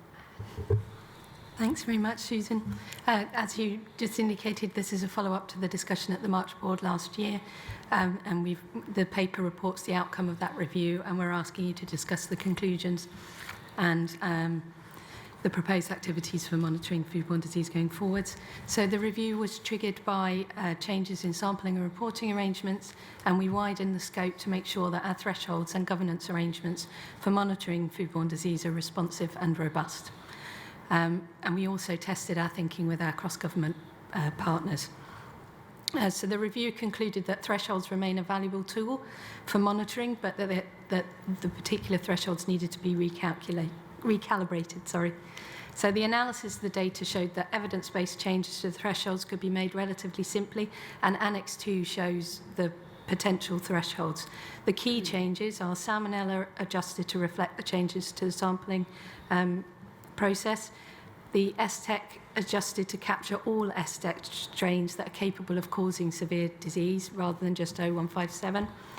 There's a small adjustment downward to Listeria, which reflects a sustained decrease in cases, and Campylobacter is likely to remain unchanged. Going forwards, the threshold should be reviewed periodically. It's our recommendation, and we're proposing to do this every 5 years, unless there is data that indicates it should be done sooner. And we propose to continue reporting to the board under the existing arrangements, and we will be introducing additional expert review through the cross-government epidemiology of infections group. Thank you. Great, thank you very much, Natasha. I'm going to open it up. Anthony. Thank you, Chair. Firstly, it's a very good paper, very well set out and very easy to read. When we discussed this at the NIFAC committee, they highlighted the importance of having a very solid evidence base for setting thresholds, but there was a number of areas they wanted me to ask specific questions on, which were, first of all, is there a particular reason why it's been decided that periodic reviews will take place every 5 years, and would there be a benefit in a hybrid approach in reviewing thresholds? Then, is there anything else that we can learn from other countries in relation to thresholds, and could this be used for benchmarking? And finally, the paper notes that foodborne disease monitoring is also used to horizon scan, and there was a question about how effective this is and how do we develop it going forward. So those were the questions. Anthony, just for my benefit, when you said would there be on the 5-year review, what about a hybrid model? What is a hybrid model? They just meant does everything need to be 5 years? Could some be 2, 1? You know, if it's going to be evidence-based and risk-based, Okay. it's a 5-year. Yeah, it's a bit chicken and egg, isn't it? It is. Because you don't. Yeah. Anyway, Until you get the evidence base, and that, I think that was the point. Okay. How we get there? Good. Let's. Margaret, were you trying to go? Yeah. Why don't you come in and then we'll maybe answer those two and move on. Again, thank you. Very detailed, very fascinating paper. Lots of work in it. Option 2 is your preference, and you say that the experts go that way as well. So I'd love to hear an endorsement and the reasons for that, perhaps from Robin, our Chief Scientific Advisor. And again, it may be one for Robin, I don't know. It's this fact that we cannot reduce the rates of foodborne disease. What have we learned from the fact that they did? I mean, it's pretty obvious what they did, that they did dip during COVID, but they haven't for, what, a decade, 2 decades? And that is a problem for us. And then specifically, listeria. I know we're doing a bit of work on listeria, and I think it's good to put that in the public arena. And part of the problem with listeria is hospitals, and when people die, it's usually from eating sandwiches in hospitals. Is that because the hospitals are less compliant than other people selling sandwiches, or is it because the people who are getting them are more vulnerable? And could we not at least make those deaths go down? I know they're very few, by targeting the hospitals a little bit more. Okay, I'm going to split this conversation into 2 parts because the paper is really very specifically about thresholds. So I just want to make sure we give that a good going over. But then I think Margaret's absolutely right that this is a sort of opportunity for us to just reflect on changes in the patterns.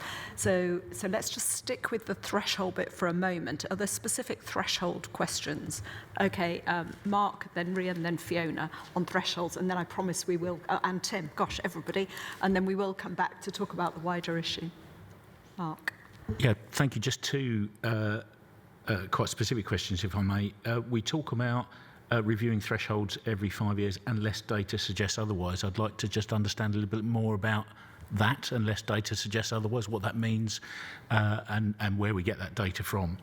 And then my second question is, when I looked at the toolkit in the annex, it talks about action to be taken if thresholds are breached, and then it talks about action to be taken if thresholds are nearly breached, and it seems to be the same action. So my question is, what actually is the threshold? Is it the threshold, or is it the bit before the threshold? Or is there a nuance in there that doesn't show up well in the diagram, perhaps? Thank you, Chair. I also really enjoyed the paper. I think it was really informative and really clearly set out, so thank you for that. Just a couple of points that we talked about the paper at WFAC last week, as NIFAC did. On the every 5-year assessment, it seems quite sensible because of the stability generally of the testing. But we did wonder, we had a conversation about PathSafe, and whether programme like PathSafe, how, looking back at history, how often do we come up with a new testing technique that would potentially all of a sudden reveal a lot more cases that are already in our food system, we just don't know about them, and whether 5 years feels right from that point of view, or whether there has to be something in there about, are we reviewing the testing methodologies periodically, as well as the data on the results? That was one point. We also talked about benchmarking against other countries, and there was, I think, one of the officials who joined us mentioned FSS, Food Standards Scotland. Am I right that what I wrote down there, that FSS don't use thresholds? And just a comment on that, please, would be really helpful.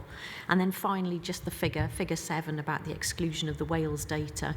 We heard that it was to do with going to PCR testing, and just, I suppose, noting that Wales data needs to be folded in before we make a decision, which is a question. Thank you.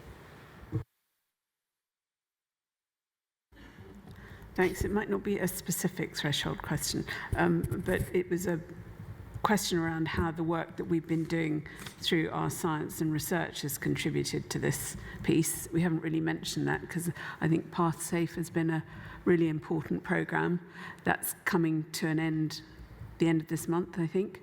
And it would be helpful to understand how that plays into this area of work and also how it's going to continue to contribute to the next phase as we're restructuring it as you proposed. And thank you, it's a very good paper. Tim? Thank you, yes. Monitoring, which was a specific question, we're asked particular questions of the board, and I do believe that, having read the paper twice, that yes, I mean the general question is right. We do, I think, benefit from having thresholds, in particular in the 4 areas that we look. I loved Mark stole my thunder a bit about, where in the process are we triggering action, and I think that does bear examination. Just for clarity of response, the real test of these things is how it looks when you've actually had a change from expectation and how one responds, and did we respond appropriately to the mechanisms that we had for surveillance. And I do think that's an important part. So I think broadly positive and happy around what's being presented, but I do think the point made by Margaret is, are we happy with where things currently are? Is there any material investigational change that we can put in place to understand why things are the way they are? There is a related point. Obviously, we put the spotlight on 4 areas of foodborne disease because that's what we see quite a lot of the time, and that's where we'd have big worries if there were changes. But of course, it's a slightly black swan thing in the sense that there is a much, much, much wider spectrum of foodborne disease, and this is about a surveillance tool. So in the context of this conversation, maybe the board at some point perhaps also needs to hear more broadly on foodborne disease how we're managing unexpected risk. And that sets itself against the conversation we've just had around managing imports or risks, say, for example, on illegal imports of meat. One could take trichinella, for example, which is virtually unheard of in the UK, a pork meat-borne disease, particularly in poorly cooked pork. But, how would we pick that up on a routine basis, or are there specific triggers around that then may feed into informing us that we do need to act differently around some of the border operating target model? So I didn't really want to send us off-piste, but I think just that broader context might be helpful. Thank you. Okay, so I think there are a number of issues here. One is very much tied up around the 5-year, the review. Why do it every 5 years? It seems to me that the changing thresholds to reflect new methodologies is kind of quite clear-cut. If a method changes, you obviously have to recalibrate and review. So I doubt there's much debate about that. But clearly, how the thresholds respond to new strains or other new risks is much trickier, and I think that's where the point about horizon scanning, about drawing on our own evidence, science and evidence to inform that becomes important. So I think it would be good to hear potentially from Anthony or Robin on that point. The next thing is about the action. How exactly does these thresholds relate to the action? And Mark's point that, when do we do something? If we're thinking about the whole process, there's the international comparisons, whether that's Scotland. Do we count Scotland as international? But more broadly than that, what do other people do? So those are the things I think relate to thresholds. And then there's the wider conversation about what do we do about foodborne, what are the wider risks in foodborne disease? And let's see how much time we've got left to discuss that. Maybe something we need to hold over for another conversation. Natasha, Anthony, do you want to kick off, or shall I ask Robin to talk about the science issues first? What would you? Robin, Do you want to start with the... You go. Why don't you give us your chief scientist sort of take? I guess your impression of the papers, and I suppose in the context of your advice to the board about the things that we should be worrying about, concerned about, thinking about, because this fundamentally is quite a deep scientific question. Yeah, absolutely. Thanks for all those questions. So this is a lot of detailed work's gone into this.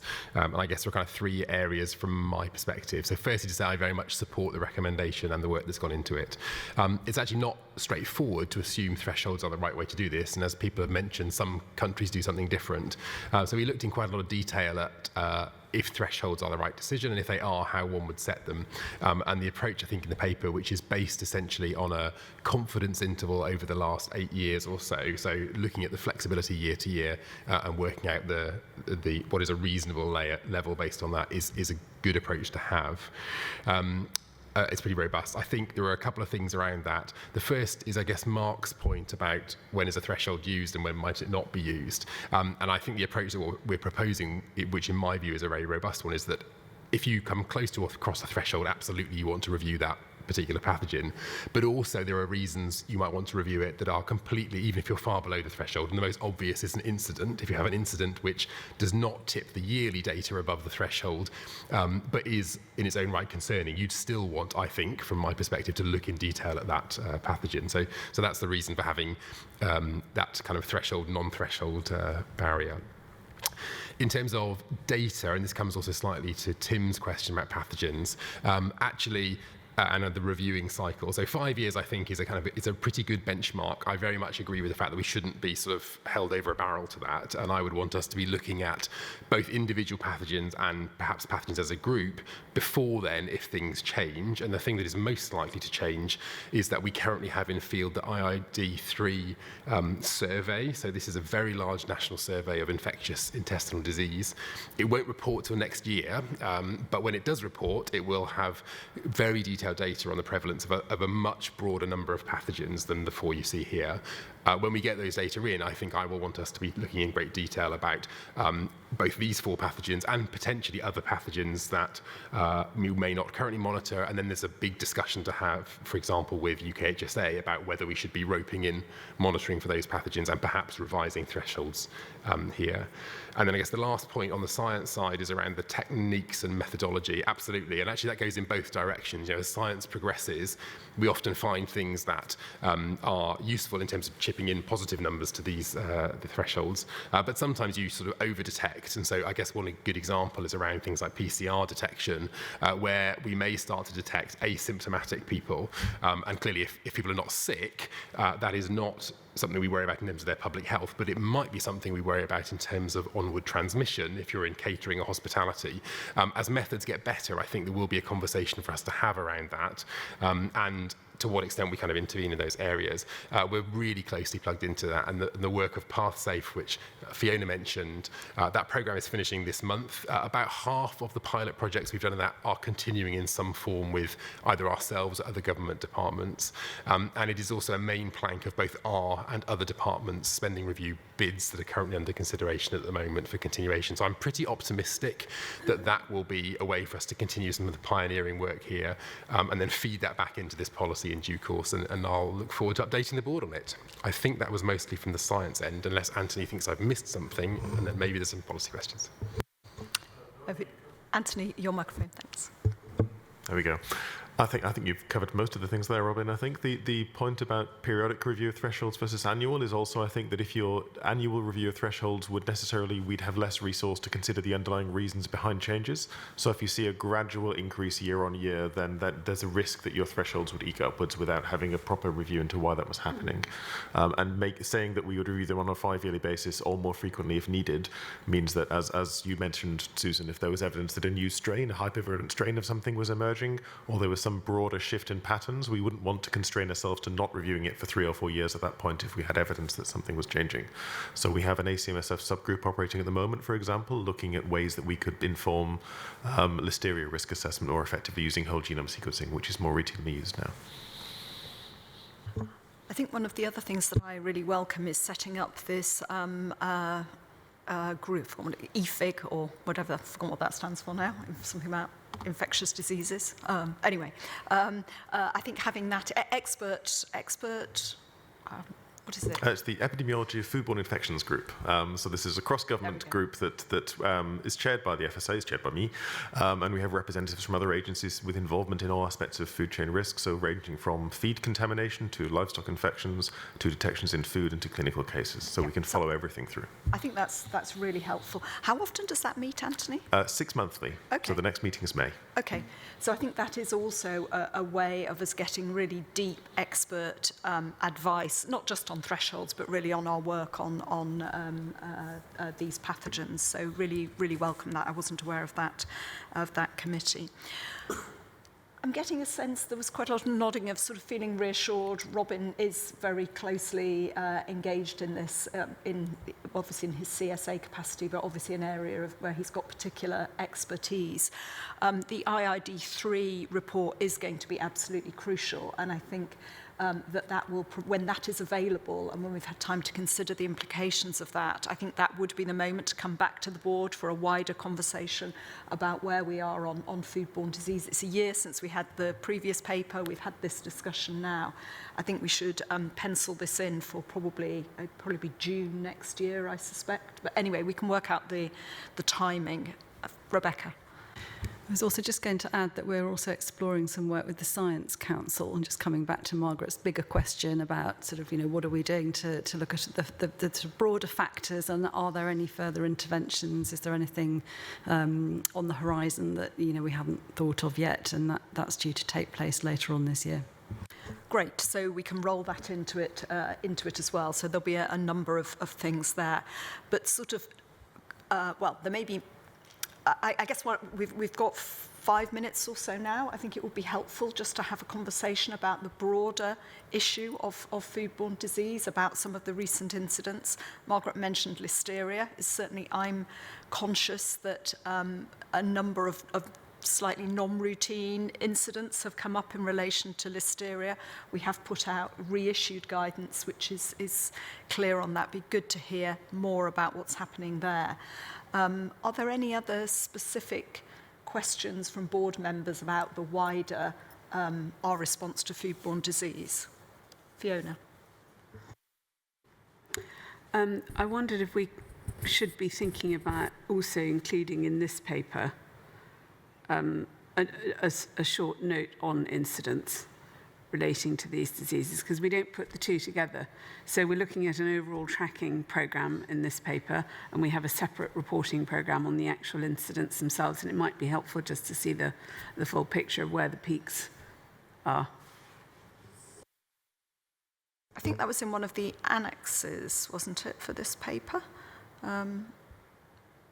Not expressed as incidents, but the rates of laboratory confirmed cases. So I suppose it's making that connection as to which of those we were noting as an incident, I suppose. Yeah. Just thinking perhaps we could pick that up in the annual incidents report as well, just to make sure we tie all that together.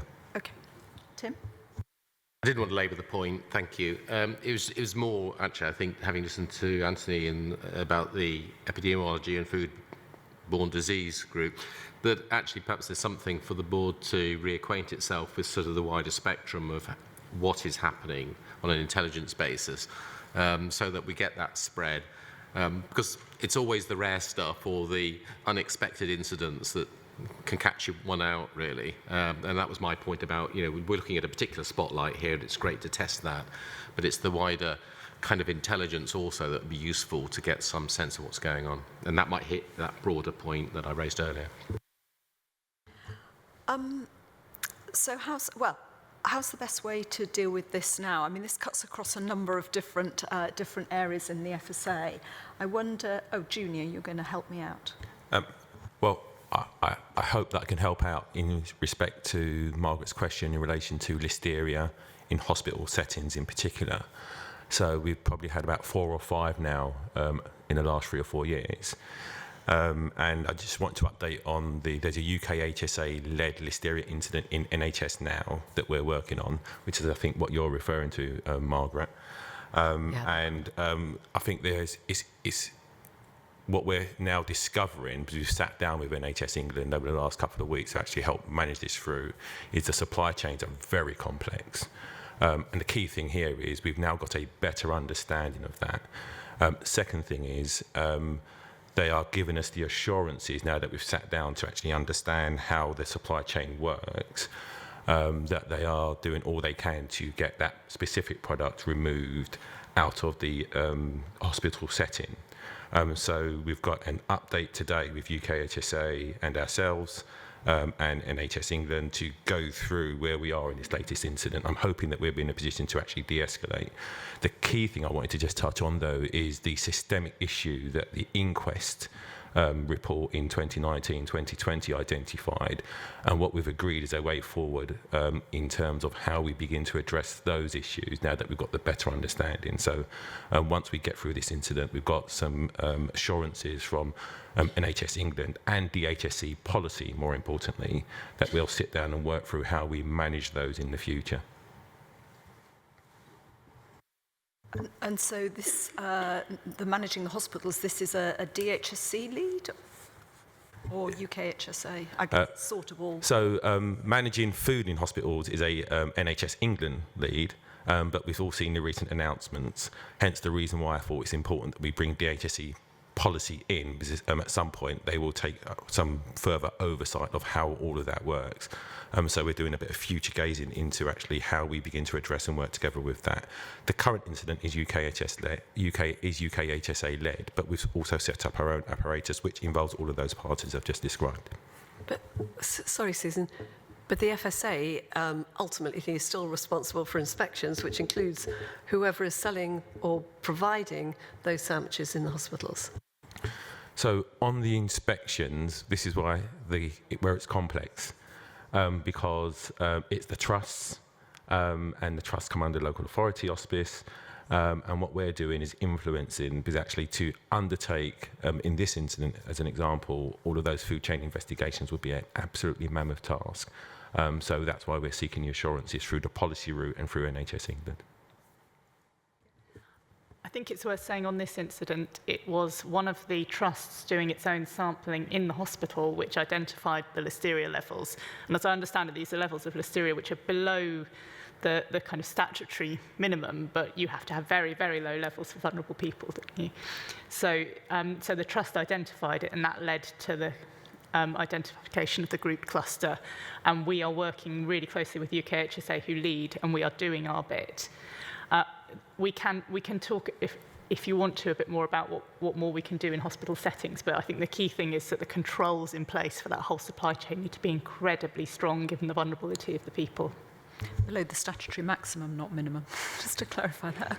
Oh gosh, yes, sorry. Rebecca. Yeah, and just to build on that, so we're focusing on specific incidents, but as a result of that, over the last 5 years, we have done a lot of work with DHSE, health agencies, the NHS. We've been sort of part of the updated guidance that Susan referred to, which is really clear and is a statutory responsibility of NHS Trust to put into place, including having a designated board director for food standards and safety and a nominated food safety specialist. So, you know, it's really clear what the responsibilities are, and we are continuing to work alongside all of those other agencies and partners to support the NHS. As Margaret says, you know, we are often dealing with a particularly vulnerable group, obviously, people in hospital. I think it's worth saying that, that there's been a lot of focus on sandwiches. In principle, pre-packed food is a safe product because it's produced under very controlled conditions. What is not safe is then what happens to it once it's removed from the fridge and it sort of goes out into the wild. And it's really important that we also continue our advice to consumers, perhaps friends and family who are bringing in food and snacks to people in hospital, just making sure that that baseline understanding is there, as well as ensuring that all healthcare settings fulfil their statutory and indeed non-statutory food safety responsibilities, so that they're applying best practice as well as following the letter of the law. Thank you. I mean, I think there's sort of two key elements in this sort of wider picture, aren't there? There's one is about using new science to really inform prevention, ensure we're aware of new risks, and great to be reminded of the project the Science Council are going to be doing on that. And then the second is ensuring that our management of incidents is as good as it possibly can be. And what this discussion really highlights is that a lot of that is about coordination between the different people who are involved and have different responsibilities, because we all well know that that's exactly when it's easy for things to slip between the gaps. So really pleased to hear about the sort of proactive role we're playing in trying to bring both the supply chains together, but also the people with responsibilities for management. Thank you. That was a really helpful discussion. Thank you for the paper. I think we are content with the plan for thresholds. Really welcome news of the EFIG group, and very much looking forward to hearing any advice that they may have on how we handle this. I think the particular action is that we've had a good discussion on the sort of wider context of incidents, and I think, you know, I feel assured that we're doing what we can in this area. I think the action from this is that we will plan a board paper next year when we have the IID3 results, when we potentially, I hope, will have the Science Council paper, and we can have a more general think again about our approach to foodborne disease. With that, thank you both very much indeed. Thank you very much. Thank you. And indeed, with that, thank you to everybody around the table, board members and officials. And I think we've earned a short break. So we will come back again in 15 minutes or so, about 11:20. Thank you. Welcome back, everybody, both people around the table and those who are listening to us online. We're moving on now to our paper on local authority cost recovery, and thinking about some of the ways forward.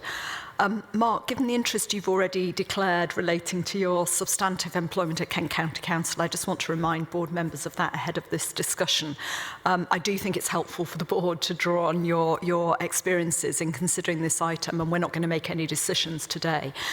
So I don't think it's necessary to ask Mark to recuse himself, but I do want people just to note the potential conflict of interest.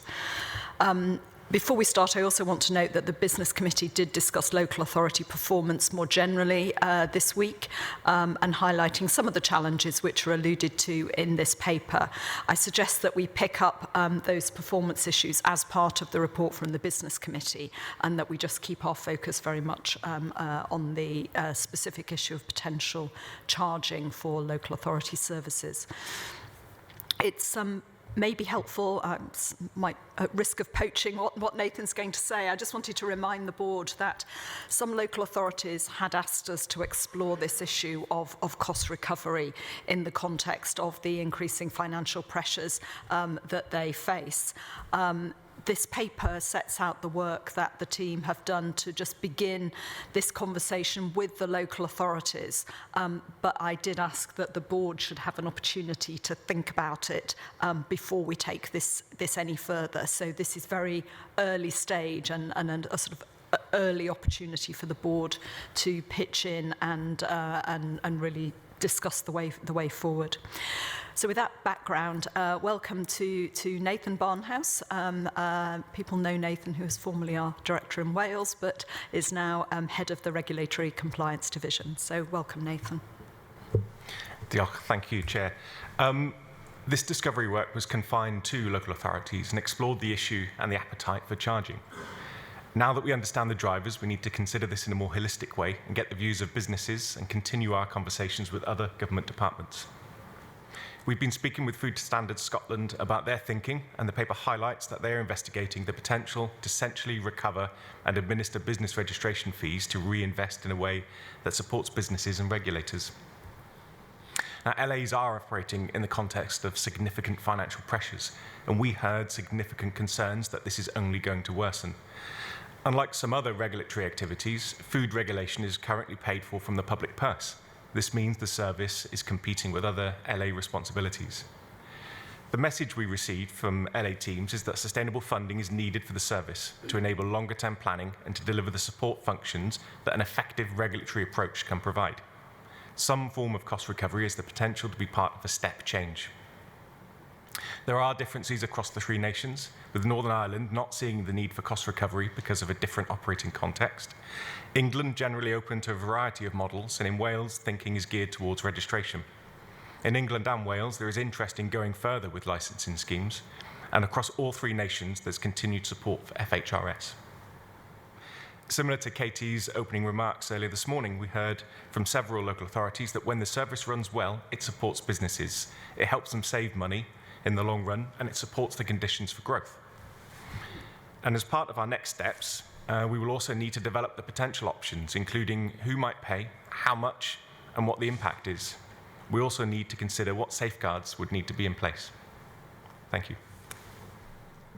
Thanks very much, Nathan. I was interested in the fact that Food Standards Scotland are also considering something which is analogous to this, and I'd personally quite like to hear a little bit more about that.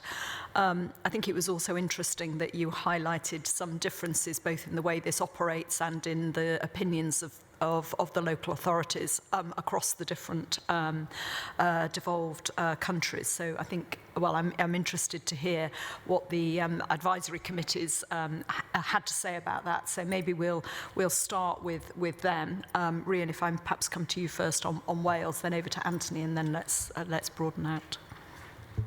Thank you, Chair. Thank you, Nathan, for the paper. Yeah, we did indeed. So Nathan came and spoke to WFAC last week about the paper. I think WFAC members were supportive for the concept of recovering of costs. And I suppose first question for me is, since the paper, because when we publish papers, it tends to, spark interest and what have you. So since the paper, have you had any views that are contrary to what you've just said to us now? I think that's worth asking the question. Obviously, my particular interest in Wales, but any voice from Wales that says, actually, no, this is not a good idea at all. So let's just have that. So WFAC and other stakeholders, certainly appreciating learning from other licensing regimes. So in terms of moving forward, how might one consider implementing something? I think there was just a note of caution there. The licensing regimes mentioned in the paper are all really quite different, and they work in different ways. And I think as we progress this work, sort of understanding the ones that are most similar or ones that we might draw lessons from would be helpful, and setting aside the others which do things quite differently was a bit of feedback. I think when we spoke about it at WFAC, there were some concerns, and I'm pretty sure you have them in your mind as well, about, again, moving forward in the next steps. What's our thinking about the potential for food fraud? So what's the consequence if you bring in something and it drives a behaviour? Well, is it too early to think about that and talk about that yet, or your thoughts would be good? And then Wales as a small part of the four nation working, we do have some different socioeconomic and geopolitical factors at play, and what's been impressed upon me, and of course I'm minded of it, is we have a collaboration agreement between FSA and Welsh Government and the WLGA, and this sort of commitment to co-produce and co-design new initiatives where possible, and just having that in our minds when we move forward, because as you said, there is potentially a preference in Wales for a particular way of recovering costs, and that it's really important to listen to that, and you've highlighted it, so I'm not suggesting you haven't, but thanks, that's it. Anthony. Thank you. Northern Ireland only has 11 district councils, so we weren't trying to be the tail wagging the dog here, but we do have a different operating context. Given the statutory nature of the food hygiene rating scheme in Northern Ireland, there's a belief that our health food teams are protected and there isn't quite the same issue or appetite. But we are conscious that for lots of different reasons, particularly with exit and all the rest of it, the divergence is happening, and there was the concern that Northern Ireland again would not be doing what the rest of GB would be doing if there was the development of a cost recovery scheme. So we're just worried about divergence and where that would happen. But at the moment, we don't really have an appetite for this, but we understand why others do. Okay, Nathan, can I just ask you just to comment on the devolved sort of differences, and maybe to pick up on my question about Scotland, and then I think we'll then just move on to talk about the general principle of this and how the board feel about that. Thanks. Thank you. If I cover Scotland first, and I don't want to talk too much about their programme, their SAFER programme, but we've been having a lot of conversations about how our programmes and the SAFER programme can work together because we operate within the same context. In terms of this piece of work, the overlap is how they're looking at reinvesting in regulatory services. So the income that might come from a registration process being used then to reinvest in those regulatory services to offer a system that works for the regulators and for businesses at the same time. So that's the direction they're travelling in. It's entirely consistent with how we've been thinking about this. Just to talk about some of the questions raised around Wales, we had our conversations with local authorities over the winter, and as people have had time to think about what we've talked about, thinking evolves, and that's why we're very keen to keep the conversation going and to work in a collaborative and co-productive way. I do know that local authorities in Wales are very interested in registration, and there's a piece of work underway in Wales looking specifically at registration. So this work and the work in Wales are entirely consistent with each other, and they're linked. And it feeds back into the interdependency on registration that the cost recovery work has so far identified. So those considerations are kind of factored in. I recall the conversation at WFAC on whether this would drive certain behaviours underground. I think the conversation came back around to, those behaviours are happening already, and a cost recovery mechanism designed in the right way might give local authorities more tools to be able to deal with that behaviour. So there are other mechanisms that were raised around fixed penalty notices that we could consider that would help get at those type of behaviours that are already happening. So I think that addresses that. And Anthony, I think a large part of the conversation that we had in Northern Ireland was that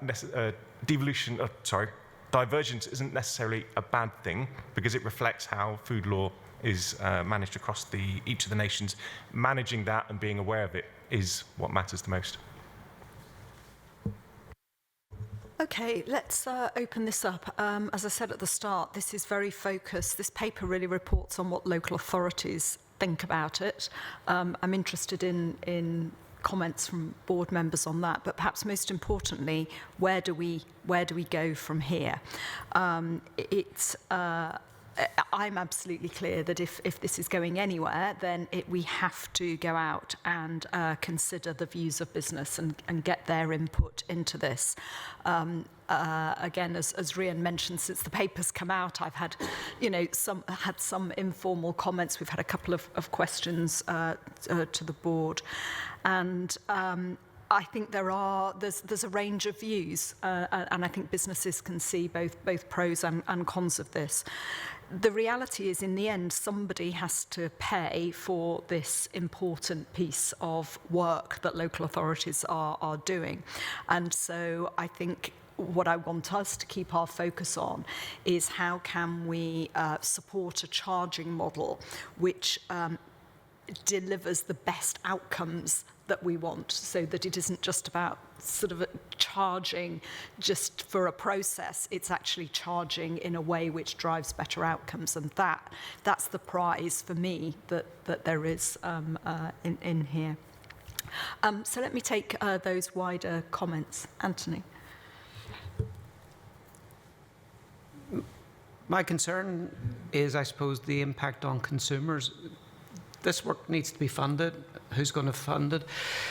My concern is that if we develop a charging mechanism that is focused on businesses will automatically pass that on through their cost recovery systems and profit margins. They actually get it from the consumer.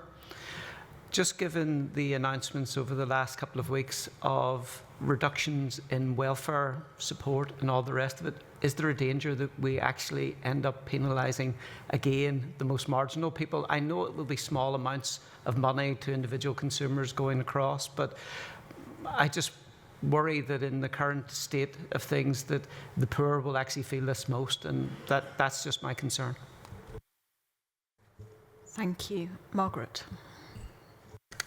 As far as I'm concerned, this is really important work and can't come quick enough. So I actually think the taxpayer shouldn't be paying for all of this, and I think it's really worth pushing ahead with. So I think you're doing good work. I think it's really worth exploring more the legal position. As you suggest, I totally support your guidelines. I think they're very good. I noticed 313 amongst LAs in England who are representing 58 million people. There's strong support for a mechanism that allows for cost recovery, including a fee for registration or extension. I think most small businesses manage that. Otherwise, they wouldn't be setting up in the first place. And don't forget, a lot of businesses are making a lot of money. So I think you should go ahead. You should try and bring everyone on board, as you clearly are, working, with not just the local authorities, but with businesses. Really important, but very supportive of this paper. Sorry, Fiona, I had in my notes and then totally forgot to ask you to come in on this, given that you've taken a sort of particular responsibility for looking at our work on local authorities. And I know I've been at some of the stakeholder meetings, maybe not specifically about charging, but just more generally with local authorities. I don't know what your thoughts are. Thank you, Susan. And thanks. I think it's a very good paper, and as Margaret, as you say, not timely enough. It fits into the wider context of the other reforms that we're looking at building with the local authority system, who are so important to the regulatory work. And I think that it's really important that as we take this forward, we don't get too bogged down by some of that as much as we can avoid it, but recognising that it's a complex system that you're having to step into.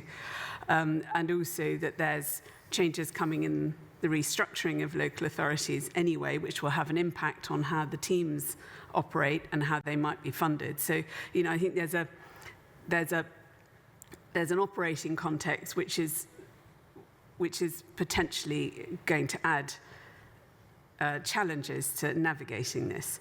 But having said that, I think that there's some simple or simpler approaches that we could be focusing on to prioritise getting some of these changes in place. The most obvious one, which isn't necessarily chargeable, is the mandation of FHRS. We're seeing from the evidence that it makes a difference to business performance and producing safer food. There's also evidence, particularly from Northern Ireland, mentioned in this paper, the fact that it actually assists the local authority teams. And I think if there's any way that we can be advocating for that across government more as strongly as we can, with good evidence that we have, and building the case and the voice from the people on the ground who would find it useful, that would be helpful to really focus on that. I think going into the options of charges that you've set out, it seems to me there's an either-or, which is a registration fee or a license. I don't think you probably want to have both. That's my guess. And my assumption is that this is an annual fee, because we should remind people that businesses already have to register.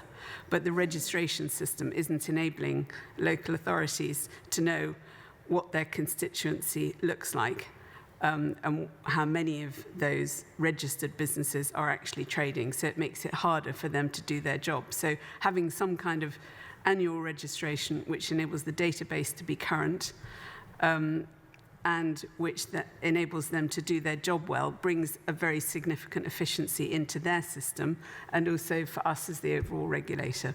So I think it's really important to look at that as a first step if we can. I think individual charges then for non-compliance or fee for service is probably the next tier up, and we perhaps could be looking at that over a longer period of time.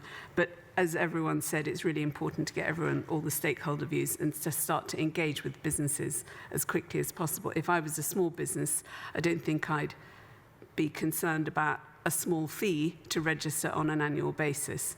Obviously, when it gets scaled and charged in a different way for a different portfolio of services, it gets much, much more complicated to navigate. So something that we can have on a universal basis will be much more straightforward to introduce as a first step, I'd say. Any other comments from people? Tim? Thanks. It's really just to underscore what Fiona said. I mean, the choice is it general taxation or is it focus to a certain degree? And focus makes sense in all other respects of business. And I can say this from a personal perspective, that there's a lot of things we pay for to be able to operate. And so to do that in the context of public safety, and particularly around the clients that these businesses have, absolutely right and proper, I would say. But graduating it in a way that makes sense to the proportionality of the risk, which I think is the point that Fiona's made very persuasively, I think does need to be thought through sensibly, because we want to land this once. We don't want to have to keep going back at it. And I do like the idea that the weighting around cost actually comes back into where there's recurrent interventions and the inspections and so on. I'm very struck by the, Anthony expressed some reservations really about the impact on consumers and cost to consumers, which we must recognise, and in the end of the day, we're trying to do something which improves things for consumers. So let's hang on to that. But other than that, I'm struck by the fact that the board have all jumped into thinking about the details of how this might work, which I interpret as general enthusiasm that we should look into this in more detail. And I don't think we should spend time today trying to work out what the options are. What I would like just to ask the board to do is just look in paragraph 6.2. There are some sort of principles that we bear in mind as that we really ask officials to. I guess what I want to do is to try to set out a bit of a framework for how this work goes forward. So I'd welcome some comments on that. And, you know, to get the conversation going really from me, I mean, the second bullet point talks about, you know, decisions should be driven primarily by considering consumer safety. Absolutely. But I think I'd like to see that broadened into this issue of outcomes, that it's actually driving the outcomes we want to achieve. Now, that will be that will include consumer safety, but I think it's broader than consumer safety. I think there's a broader consumer interest there in seeing that local authorities are appropriately resourced, because you know, we protect consumers by ensuring that local authorities have the funding to be able to use on other services as well, which really matter to people. So I'd like to see those principles reflect outcomes more generally and beyond just consumer safety. But are there comments from other people? Mark, I should have brought you into this. No problem, thank you. I think this is a really helpful paper, but it is clearly very focused on local authorities' view, and it's perhaps not a surprise that local authorities are quite keen to explore this further. Others have already made the point that business views on this are going to be critically important, and I think in this conversation we mustn't forget that we don't have that at the moment. So I am enthusiastic to investigate this further, but with the caveat that actually business views, we need to get those in some detail. I had a few reflections on some of the things that are in the paper. My first one is around, and there is a comment in here around predictability and sustainability of funding. From a local authority point of view, that is really important. One of our intended objectives is that it helps local authorities to tackle their workforce and financial sustainability issues, and you can't do that with unpredictable and non-sustainable funding. So the kind of at-fault model actually is really difficult to have a sustainable local authority budget built on, whereas the kind of licensing or registration model is much more straightforward in terms of having that predictability and sustainability of funding. In terms of registration, one of the issues that strikes me in the way we currently do registration is that we get a lot of people registering businesses that don't then actually start to trade, and that puts intense pressure on our local authority colleagues to do work in that space for a business that it actually isn't there. And part of that, in my view, is because it's free to register. And there is an element of if you have to pay for something, you're going to stop and think twice before you do it. And that just in itself may have an impact on some of our local authority sustainability and their workload pressures. I am interested to know how the kind of models that are in here might work in two-tier local authority structures, because all of the kind of work around most of the licensing work, all of the registration is at where there are two-tier structures is at the district or borough level, but food standards is delivered at the upper tier structure. So how that kind of funding, but that might be a detailed question that we haven't got to yet. Fiona's already touched on some of the local government review options that are coming forward. So we need to make sure that we're future-proof in that space, really. And just touching on the I suppose the kind of wider government missions that we've heard a lot about recently. It might seem odd at a time when we're talking about reducing the regulatory burden on businesses for us to be talking about adding costs and charges, but I think there is a question here around getting the service that business needs, and I'm not convinced that they are getting that service at the moment through a lack of resource. Lots and lots of small businesses rely on their environmental health or trading standards officer visit for the advice on that they need on how to trade effectively and safely, and the vast majority of them want to trade effectively and safely. That local authority officer visit is the source of advice that big companies have the facilities to pay for themselves. Small companies don't have that group of staff, so I'm not sure this is a barrier in terms of that kind of government focus on regulation. It's about making sure that what is provided is valuable, useful and effective.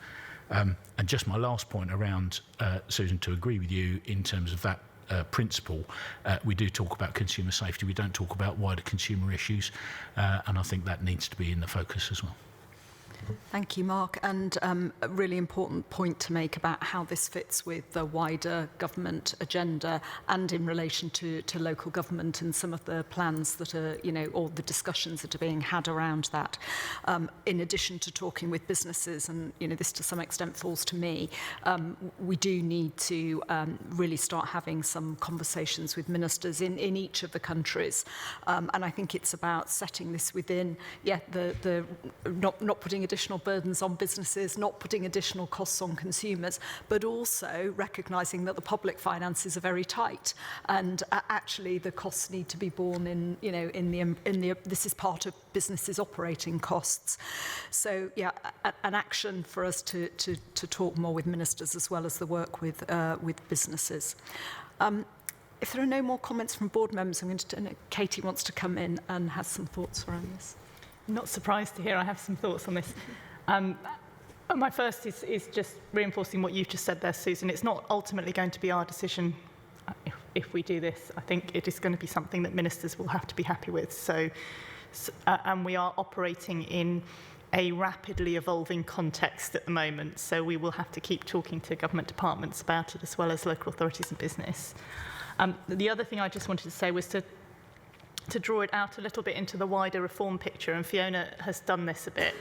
And I agree with everything you've talked about and how we can address some of the challenges that local authorities are facing. About 2 years ago at the board, we started to talk about the building blocks for the future regulatory system. And I think that's got a little bit lost and subsumed in some of the discussions about national level regulation. But those building blocks, one of them was possible national level regulation, but the others were an enhanced role for us in using intelligence and information to drive activity. One of them was better guidance for businesses, which we've been quietly getting on with on our Safer Food, Better Business.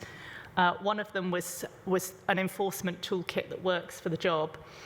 And one of them was an enhanced registration system across the local authority delivery service. And we deliberately use the term enhanced registration because it's quite broad and it could well encompass a fee, and I think we said that at the time. But it also is a system that better supports local authorities in knowing which businesses are actually operating. And I would add to that our long-standing commitment to wanting FHRS mandation. And I think when we go out and talk to people about these ideas, it's really important that we don't talk about one in isolation. We saw that on national level regulation, actually, because everyone says, well, why aren't you doing something about the rest of these things? So in our next steps, I think we've said we will go out and have a conversation about the future of regulation. And this discussion on local authority charging needs to be very much tied into that. Because if you are a business coming to this, there are things in those building blocks that are really helpful for you, as well as what your views might be on charging. And we need to try and draw the picture together and decide how much of this is doable and what the priorities are across it. So I'm very keen that we go out and have the discussion. I just want us to do it in the wider context too. Thank you. Nathan, you've been sitting very patiently listening to all of this, and in a way, I don't know that there is anything specific we need you to respond to, because I think they're really just thoughts to take away and build into your thinking and the work your team's doing. But were there any things that you did particularly want to pick up on that you've heard this morning? No, thank you, Chair, and thank you, board members. Okay, let me just look at the principles. So we've talked about more on outcomes. It may be that there's a point, picking up on Katie's comments, about us being clear that this fits within a broader context that perhaps needs to be reflected in these principles as well. But are there any other particular points? Fiona?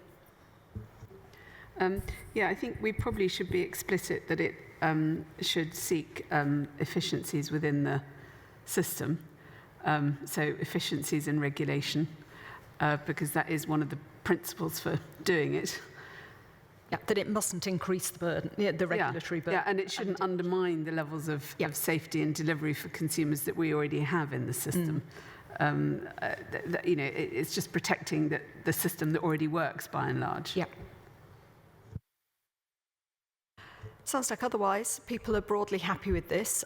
Really interesting topic. I think this obviously will need to come back to the board when you've had some of that wider discussion. I think we need to consider a little bit whether it comes back as a standalone item or whether in fact that we need to start bringing these different elements back together again, and that perhaps depends a little bit on how the conversations across government about local government evolve. So, Katie, have you any thoughts about timelines for next steps? I think we will need time to actually go out and have these discussions. So I don't think it's a June board thing.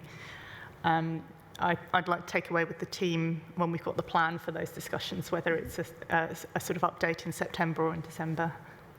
Okay, well, it's something that we do talk a lot about local authorities in between times, but we should firmly keep this on the list. So please do keep us updated as you go through these series of workshops. And yes, we'll look forward to hearing more later in the year. With that, I'm going to close this item. Thanks very much, Nathan. So we're turning now to the report from the Chair of the Welsh Food Advisory Committee, Rhian. We've heard. Thank you, Chair. It's my pleasure to provide the annual report from the Welsh Food Advisory Committee. Hopefully the report, it's a little fuller than perhaps it's been in past years, and hopefully board and officials will get a better sense not just of what we've been doing on WFAC and in Wales sort of retrospectively, but also what we're going to do moving forward. And the idea was to give you a better view of our forward look. Not just dates in the diary, but also our intention to cover certain topics and give people more of a chance to feed into those as well. So hopefully I've achieved that. And the idea, just to be clear, is to show you the level of activity, but also to sort of present sort of the work that we're doing to engage with stakeholders. And we've been talking a lot about this recently on WFAC and with Susan as chair about how we continue to improve that engagement with stakeholders in Wales. That's the purpose of WFAC, is to gather that intel so we can have it here at the board when we're talking about matters that do affect Wales.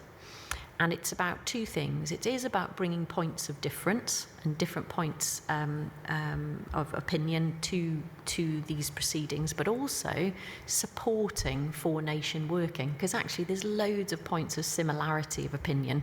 And if Wales can support the work across the Four Nations, that's what we'd like to do as well. So it's both those things. And I think in the past, I will say we've probably focused more on the former, the points of difference, when actually I'd like going forward to balance it a little bit more so we also draw out points of similar opinion. So the paper is as you see it. We have two types of activity through the year, similar to NIFAC. We are set up to have board paper discussions in the week prior to this board. So when the papers are published for this board, we get together and review those.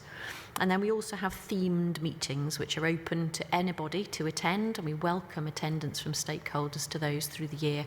We try and have 4 of them in the year. And that's to expand our collective knowledge on topics and engage with stakeholders on certain deep dive themes. And we're guided in the work that we do by the review that was done of the facts in 2023, where there was a sort of a refresh, really, of the intention to align as closely as we can with NIFAC on things like the themes that we choose for our meetings. So we try to coordinate where it's sensible to do so.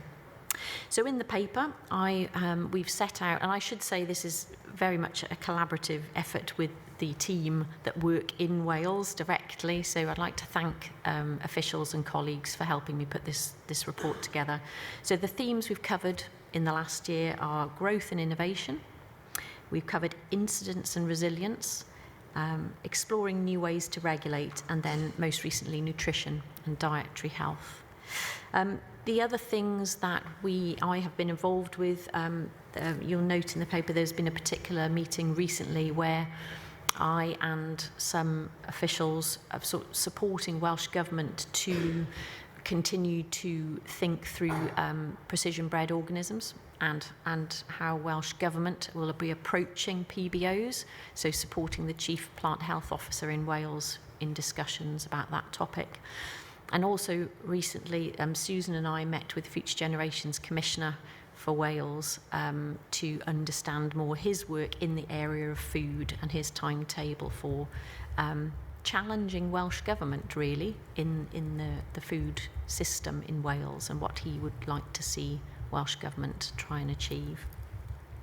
So the forward look piece, you can see in the paper, we've picked out a few themes, and they are very much to try and stay at the same sort of pace as the board, really, on topics where we think they're going to come up in future board papers, and I really need to draw out the views of stakeholders in Wales ahead of those board papers. So the themes we intend to look at, the first one coming up will be on CCPs. Feels very topical. Everyone's very excited about the sandbox. Next one after that, we hope, will be about the Future Generations Commissioner report. It's called Cymru Can. It's going to be launched on April 29th, and I've invited that team to come and present to us on that report, and specifically on the food part of that report, because it will be very influential in the Welsh Government's thinking about the food system in Wales. After that, we're planning a session on food hypersensitivity. We're planning also to look at animal feed in Wales. I say planning. The best laid plans are that these might change depending on hot topics that come up in the meantime. So I think, aligning with NIFAC, striking a balance between looking at our themed meetings on core business of the FSA as well as other broader topics is my intention going forward.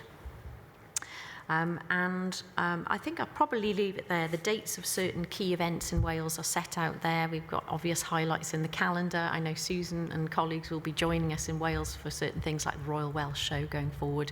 But yeah, happy to take any questions.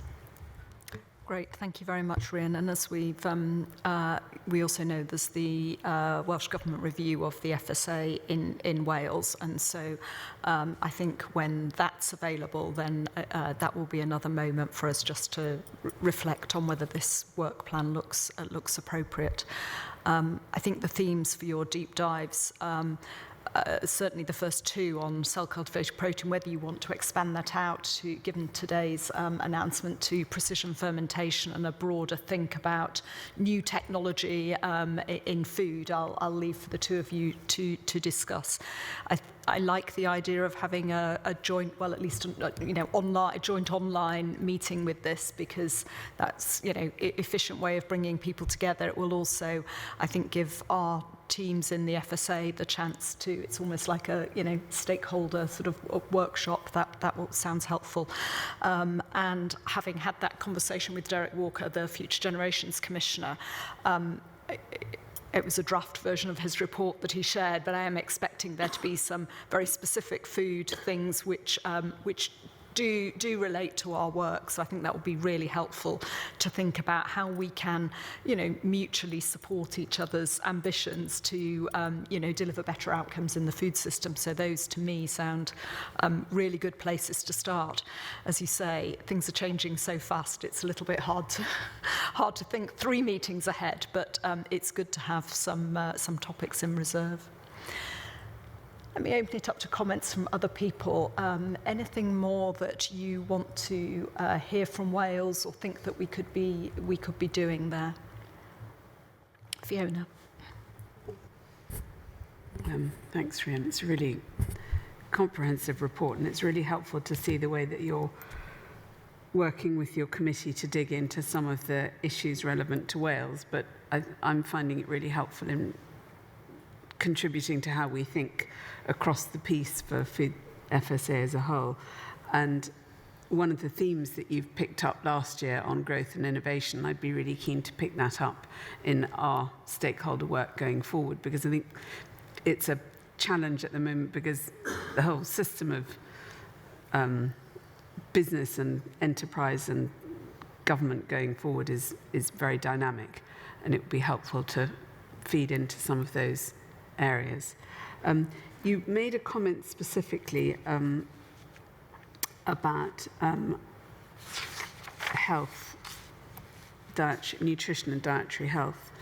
And I just wondered if you could expand on saying that you thought there was some need for some commonality and collaboration across all 4 nations, and what you might have meant by that, because I think we've talked about whether there's potential to use some of the work that you've done in Northern Ireland on health and feed that into what might happen under our health role in the UK, or even just using it as an advisory piece, and whether there's stuff that your committee thought we could be doing more on.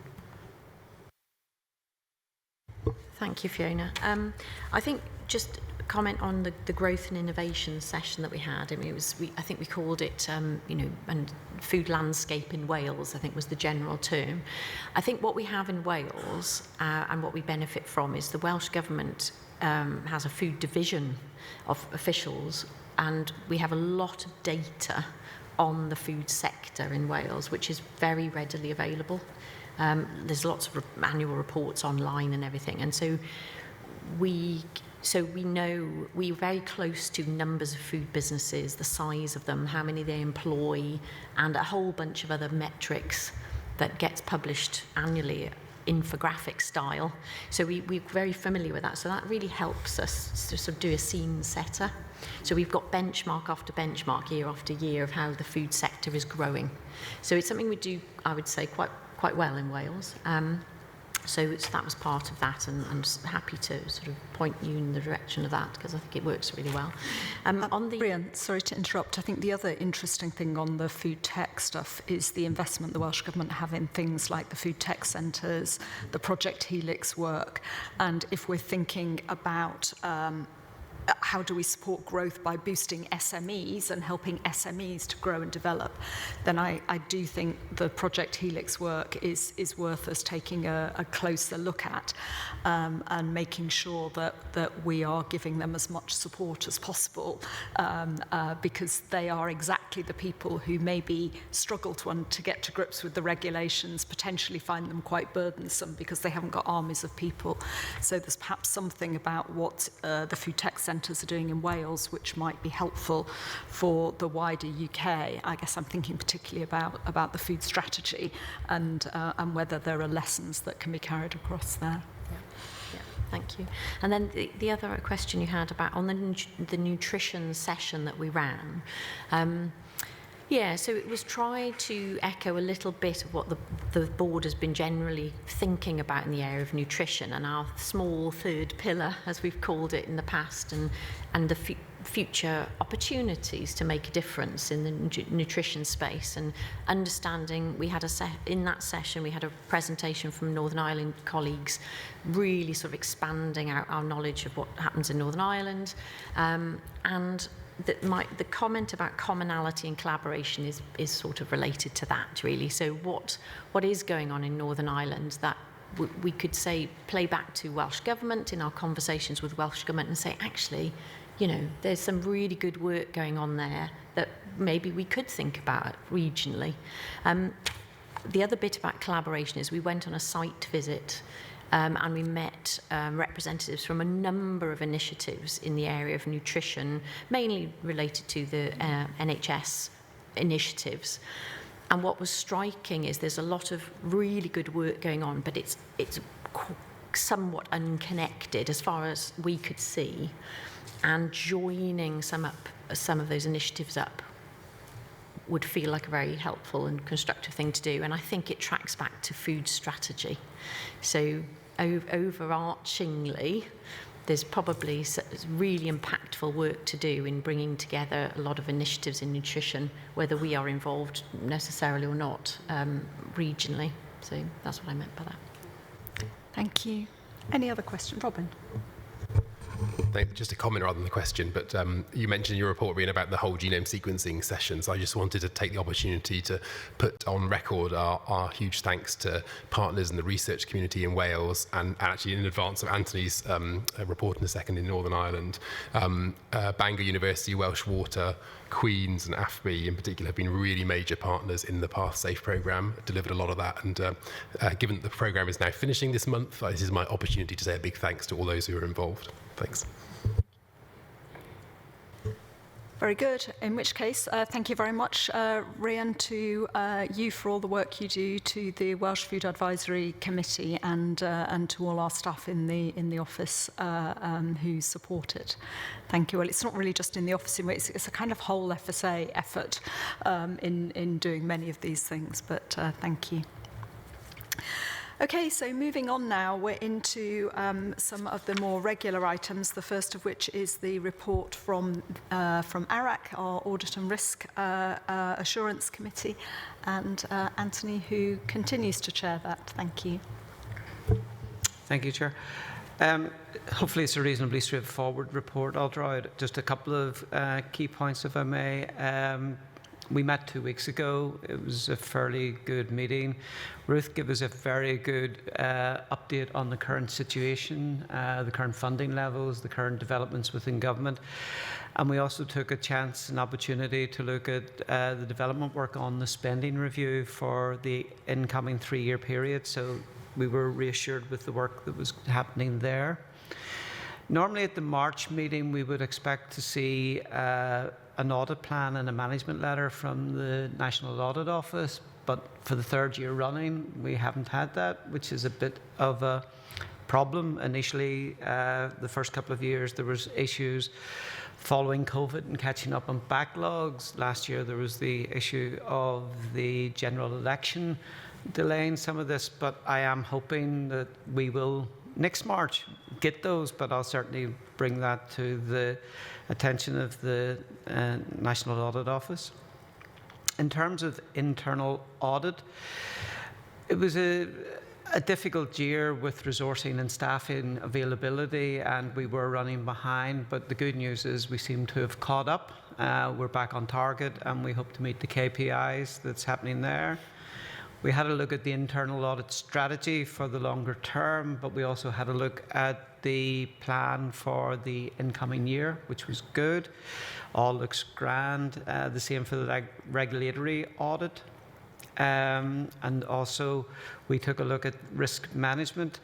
Just on a wider note, I took the opportunity to raise some of the lessons learned that were coming from the Post Office inquiry in terms of both governance and the role of a board and what a board should be doing.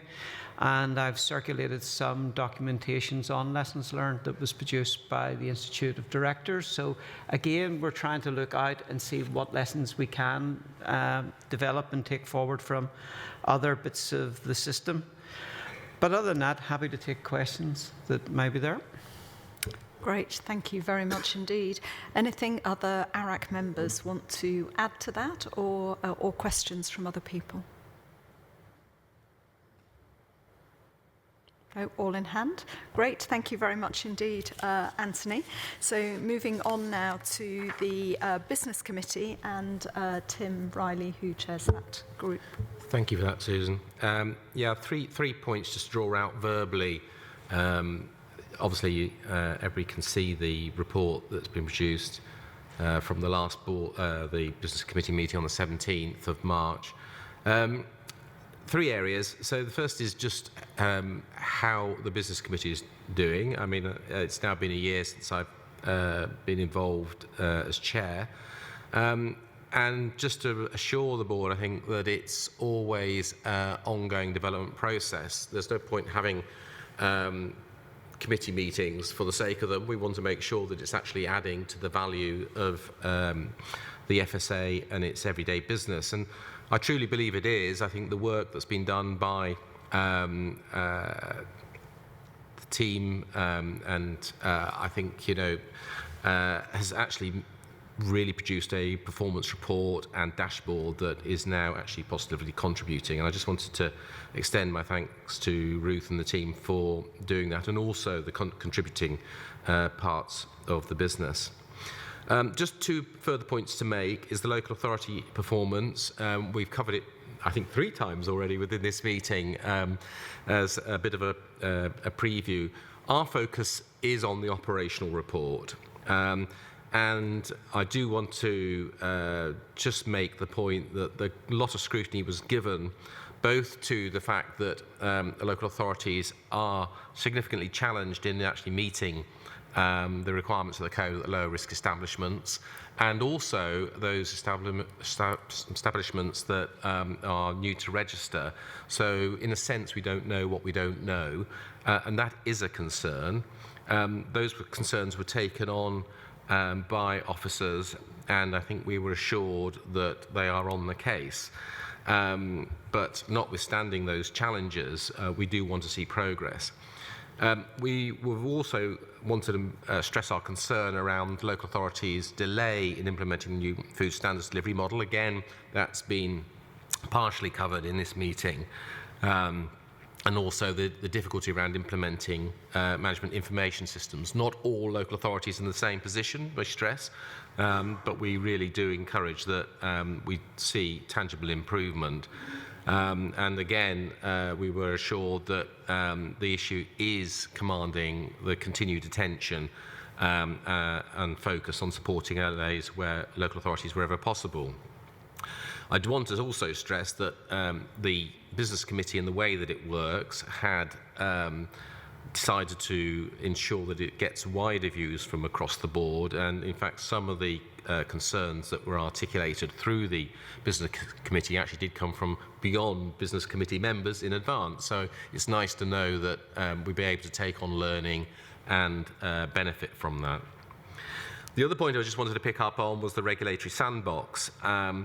And the reason this is an important area is for, and a right and proper conversation for the business committee, is that you want to be assured that there is a clear plan of action and that we are adhering to that plan over time, and so that we can be assured that the processes of delivery are in place. And I think we were grateful for what we heard. This becomes really important in the sense of where we're going around market authorisation and having an effective, fair and proportionate market authorisation approach. And again, earlier in the agenda, I sort of commented on that in terms of actually having clear process steps and for that to be visible to anybody that needs to use it from a business fairness point of view, but also in arbitrating on behalf of the public safety. So I'm very happy to take any comments that anybody wishes to have based on what I've said or the wider report. Thank you. Thank you, Tim. So let's just take those sort of two issues, local authority performance, the sandbox, if there's any comments that people want to make on either of those in relation to the sort of business committee operations. Mark? Oh, no, sorry, you look like you've got your, but it's just the... maybe what I will say on the sandbox, you'll see it in the business committee papers. The team set out a very detailed set of sort of actions and deliverables for the first 6 months, which the business committee can use to review. Of course, the plan will then be the next time we meet, which will be sort of halfway into that we begin to look and ask what the next steps will be.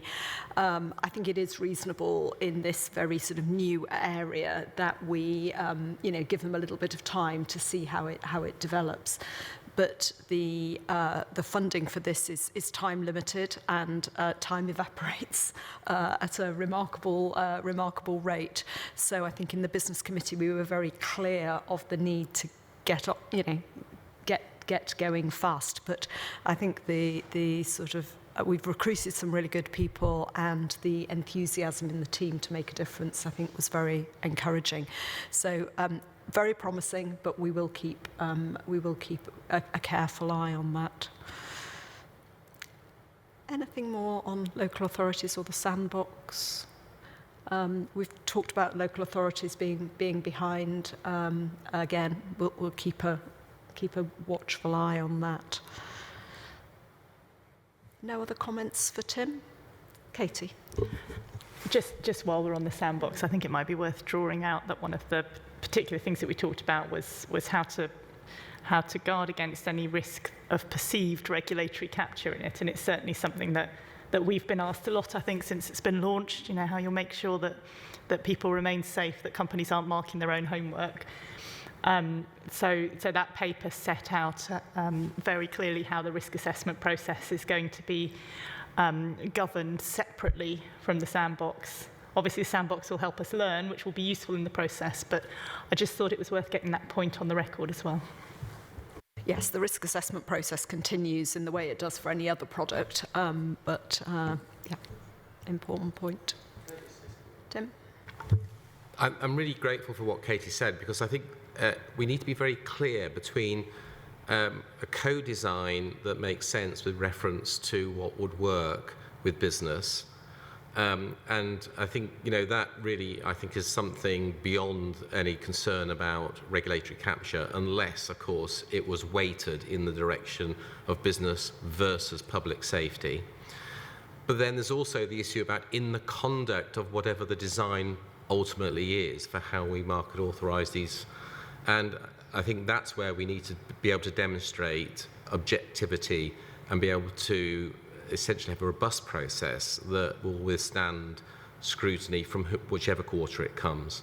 And I think those are two separate issues.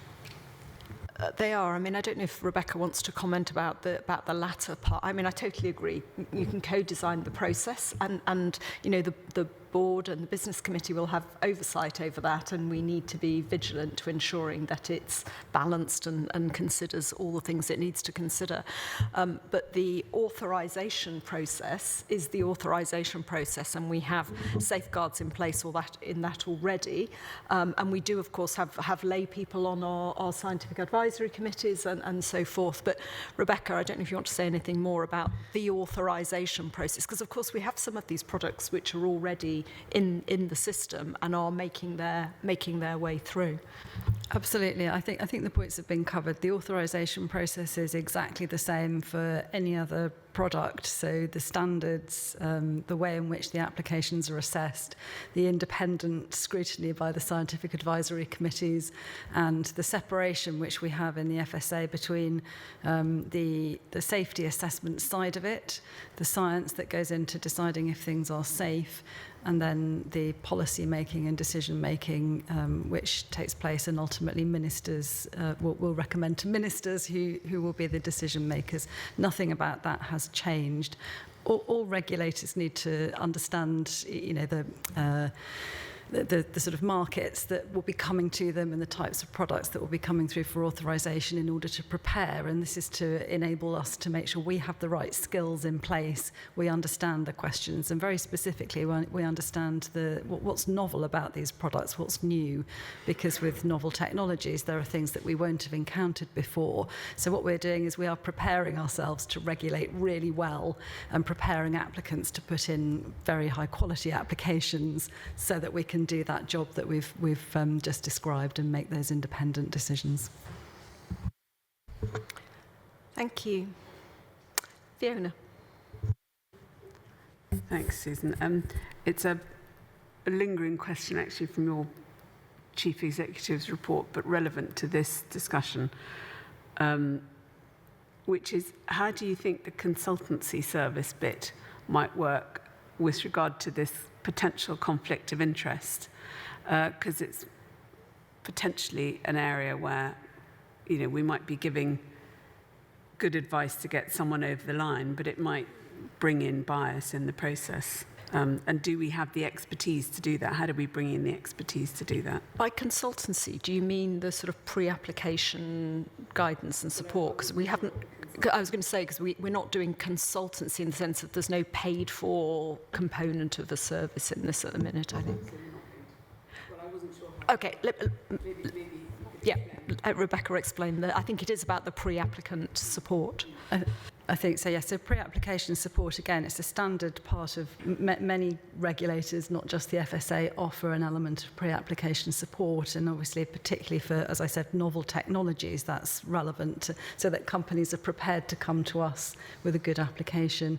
So we have a standard pre-application support offer at the moment, which is very limited. We have limited resources to put into this. But as part of the sandbox, this is something else that we will be trying. And it's also important to say, as you've seen today, our approach to the sandbox is very transparent. We'll be setting out how we've selected companies. That's all in the public domain.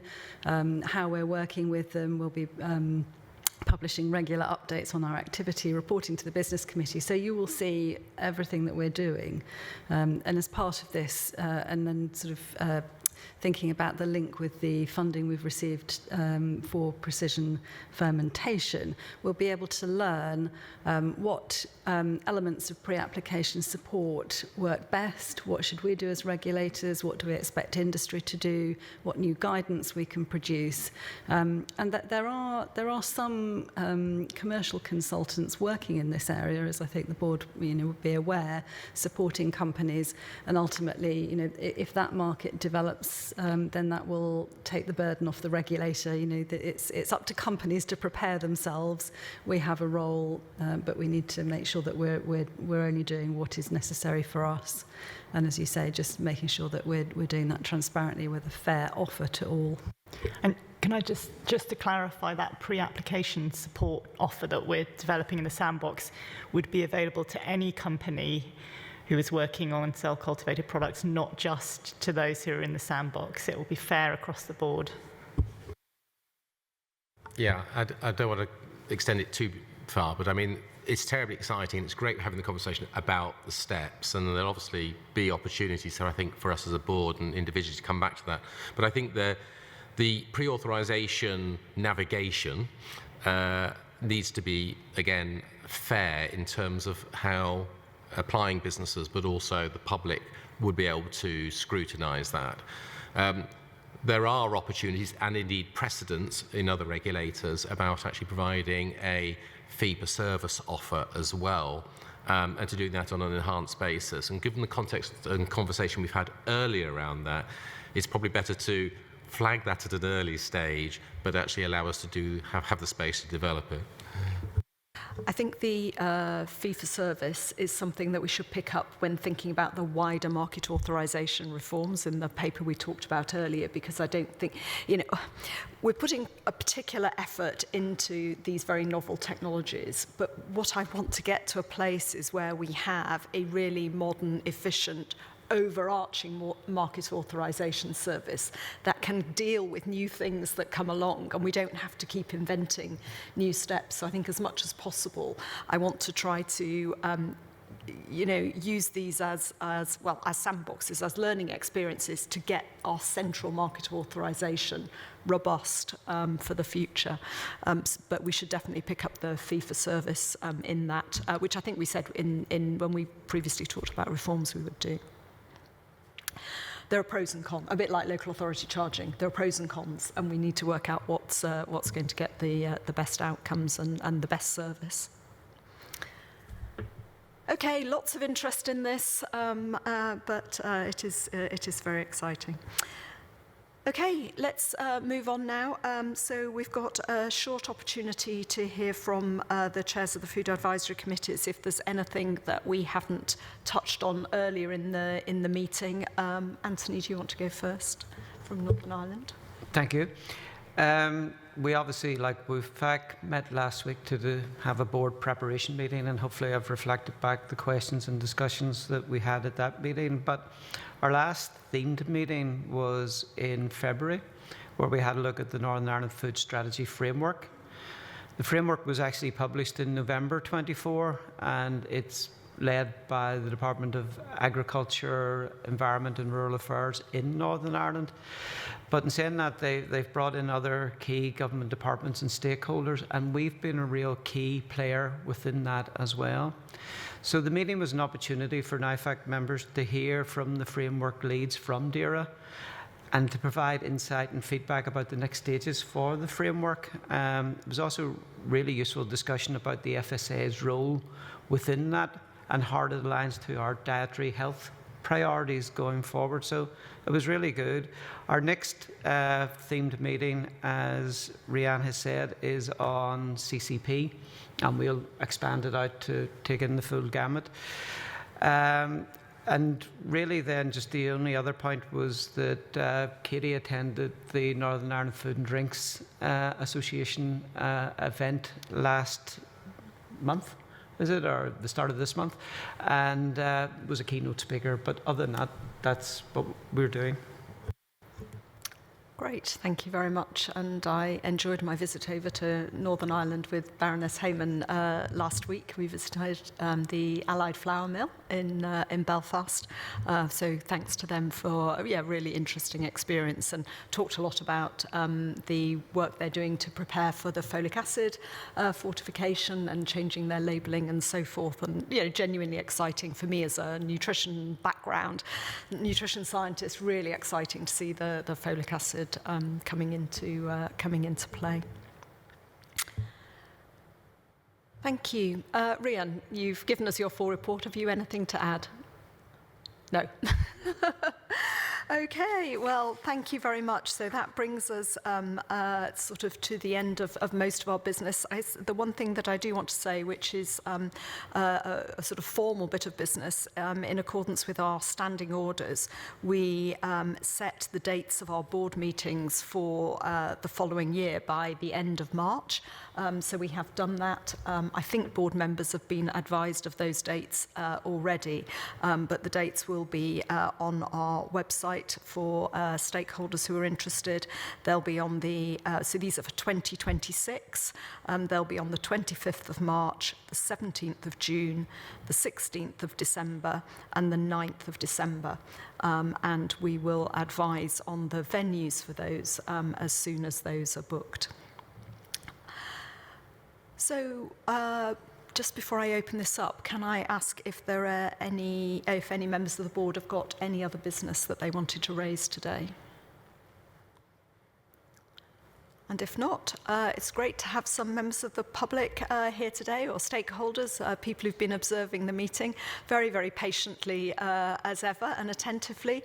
But this is your moment. If any of you have any questions that you'd like to put to the board today, then please do so. And it's really helpful if you can tell us who you are and any organisation that you might be representing. No? Oh, there is one. Great. Do you want to come to the table to the microphone? That's probably the easiest, and then we capture you. Capture you on the recording, it sounds like. Welcome to Hull. I didn't realise the opportunity to ask a question, but I just wanted to sort of welcome you and thank you to come for Hull. It's an interesting city. I've been an environmental health officer here for 26 years. I don't work in Hull anymore. I work in a neighbouring authority. And I was really pleased to hear some of the matters you were talking about with emphasis on local authorities. You captured important issues for us, and in the streets nearby here are some of those businesses that we have those particular challenges with, and particularly registration and charging for.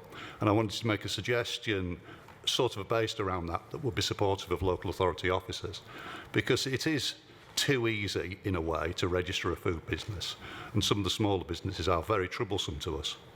So from a point of view of charging, the idea is a little bit more like a car, that you register a car, and when you sell a car you tell the DVLA, and that used to be the same for food businesses, that when we had business rates for small businesses, they now are exempt, they don't pay business rates, but when they did, they would notify us very quickly because they would stop being charged for it. So that can be built into the system. And I just wanted as well to thank the emphasis on what you mentioned about hospital sandwiches. As a local authority environmental health officer investigating outbreaks of listeria, hospital sandwiches, and I would like the FSA to consider whether or not there's some specific legislation for hospital or care setting sandwiches with regards to listeria, because there is no differentiation between hospital sandwiches and care setting sandwiches and petrol station and supermarket sandwiches. And I would like that to be a focus, please, for the board to consider. But I was grateful that you mentioned it specifically, as well as some of those issues. So it wasn't so much a question, it was a thank you for the support and coming to Hull, as well as the businesses that you visited yesterday that I've regulated in the past. Have a wander down the street, Springbank. That is where our challenge lies as local authorities with all of the things you've discussed today.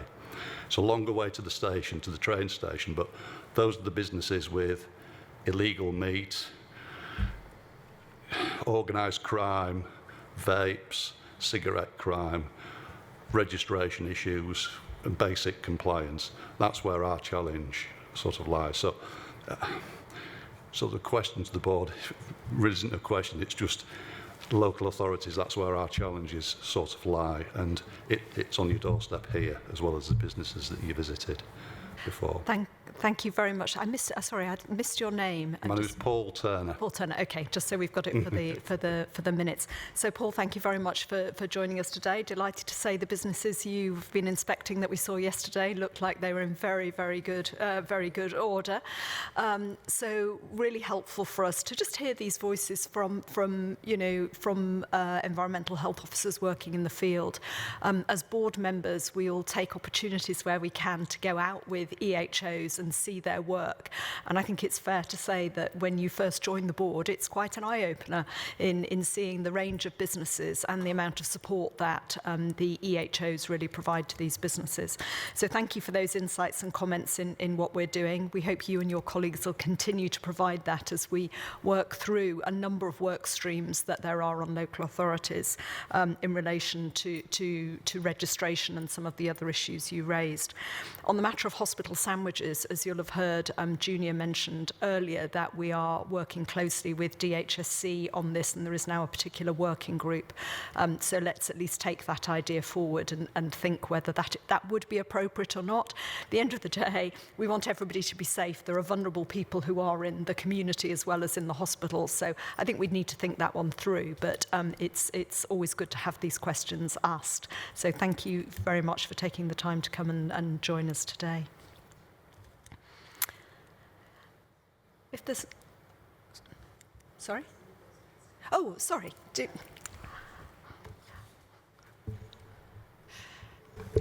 Afternoon, everybody. It's nice to see you all again. I'm sorry, Rebecca, I wasn't actually going to pose a question today. My name is Marika Graham-Woods, and I represent the Cannabis Trades Association, and particularly CBD for novel foods as a foodstuff and supplement. I first of all wanted to extend my thanks to Rebecca Sudworth, who I believe has become extremely open and easy to discuss things with. And over time, as you got to know me, I have written letters to the board, and they are becoming more and more transparent in the direction that you are taking. Very happy to see that. I have, of course, a few other suggestions, not that I will put to the board here today. I just wanted to say thank you very much. I do believe that the pre-approval process will make a significant difference. And from, if you like, the industries that I represent, I think a fee is appropriate for it. So you could factor that into your thoughts. I just wanted to say thank you very much. It's been a joy coming up to Hull, and I'm sorry I was slightly late. Electric car trouble. So thank you for your time, and thank you for your transparency. It's a delight. Marika, thank you very much indeed for coming. I know that your comments and questions, whilst not always easy, have been an important sort of stimulus for our thinking and helping us to get to where we are now. We, as you know, have done the first risk assessments of this, and the board are looking forward to seeing this coming through, as I know your members are, and bringing this to a conclusion. So thank you for that, and great, always lovely for us to hear such positive feedback about the teams in the FSA. So well done, Rebecca and co. I don't know if there's anything you wanted to add to that. No. Okay, thank you. And so with that brings us to the end of the business today. Thank you to those people who've come to join us. Thank you to colleagues on the board and to all the officials who've been with us today, and many, many more people who prepare the papers for us and just work day in, day out really to keep all of these important projects on track. Thank you, and look forward to seeing you all again in June, when in fact, perhaps I should say, we will be holding the board meeting in Birmingham. We had been planning to hold it elsewhere, but for various reasons, we will be in Birmingham. Thank you. Bye-bye.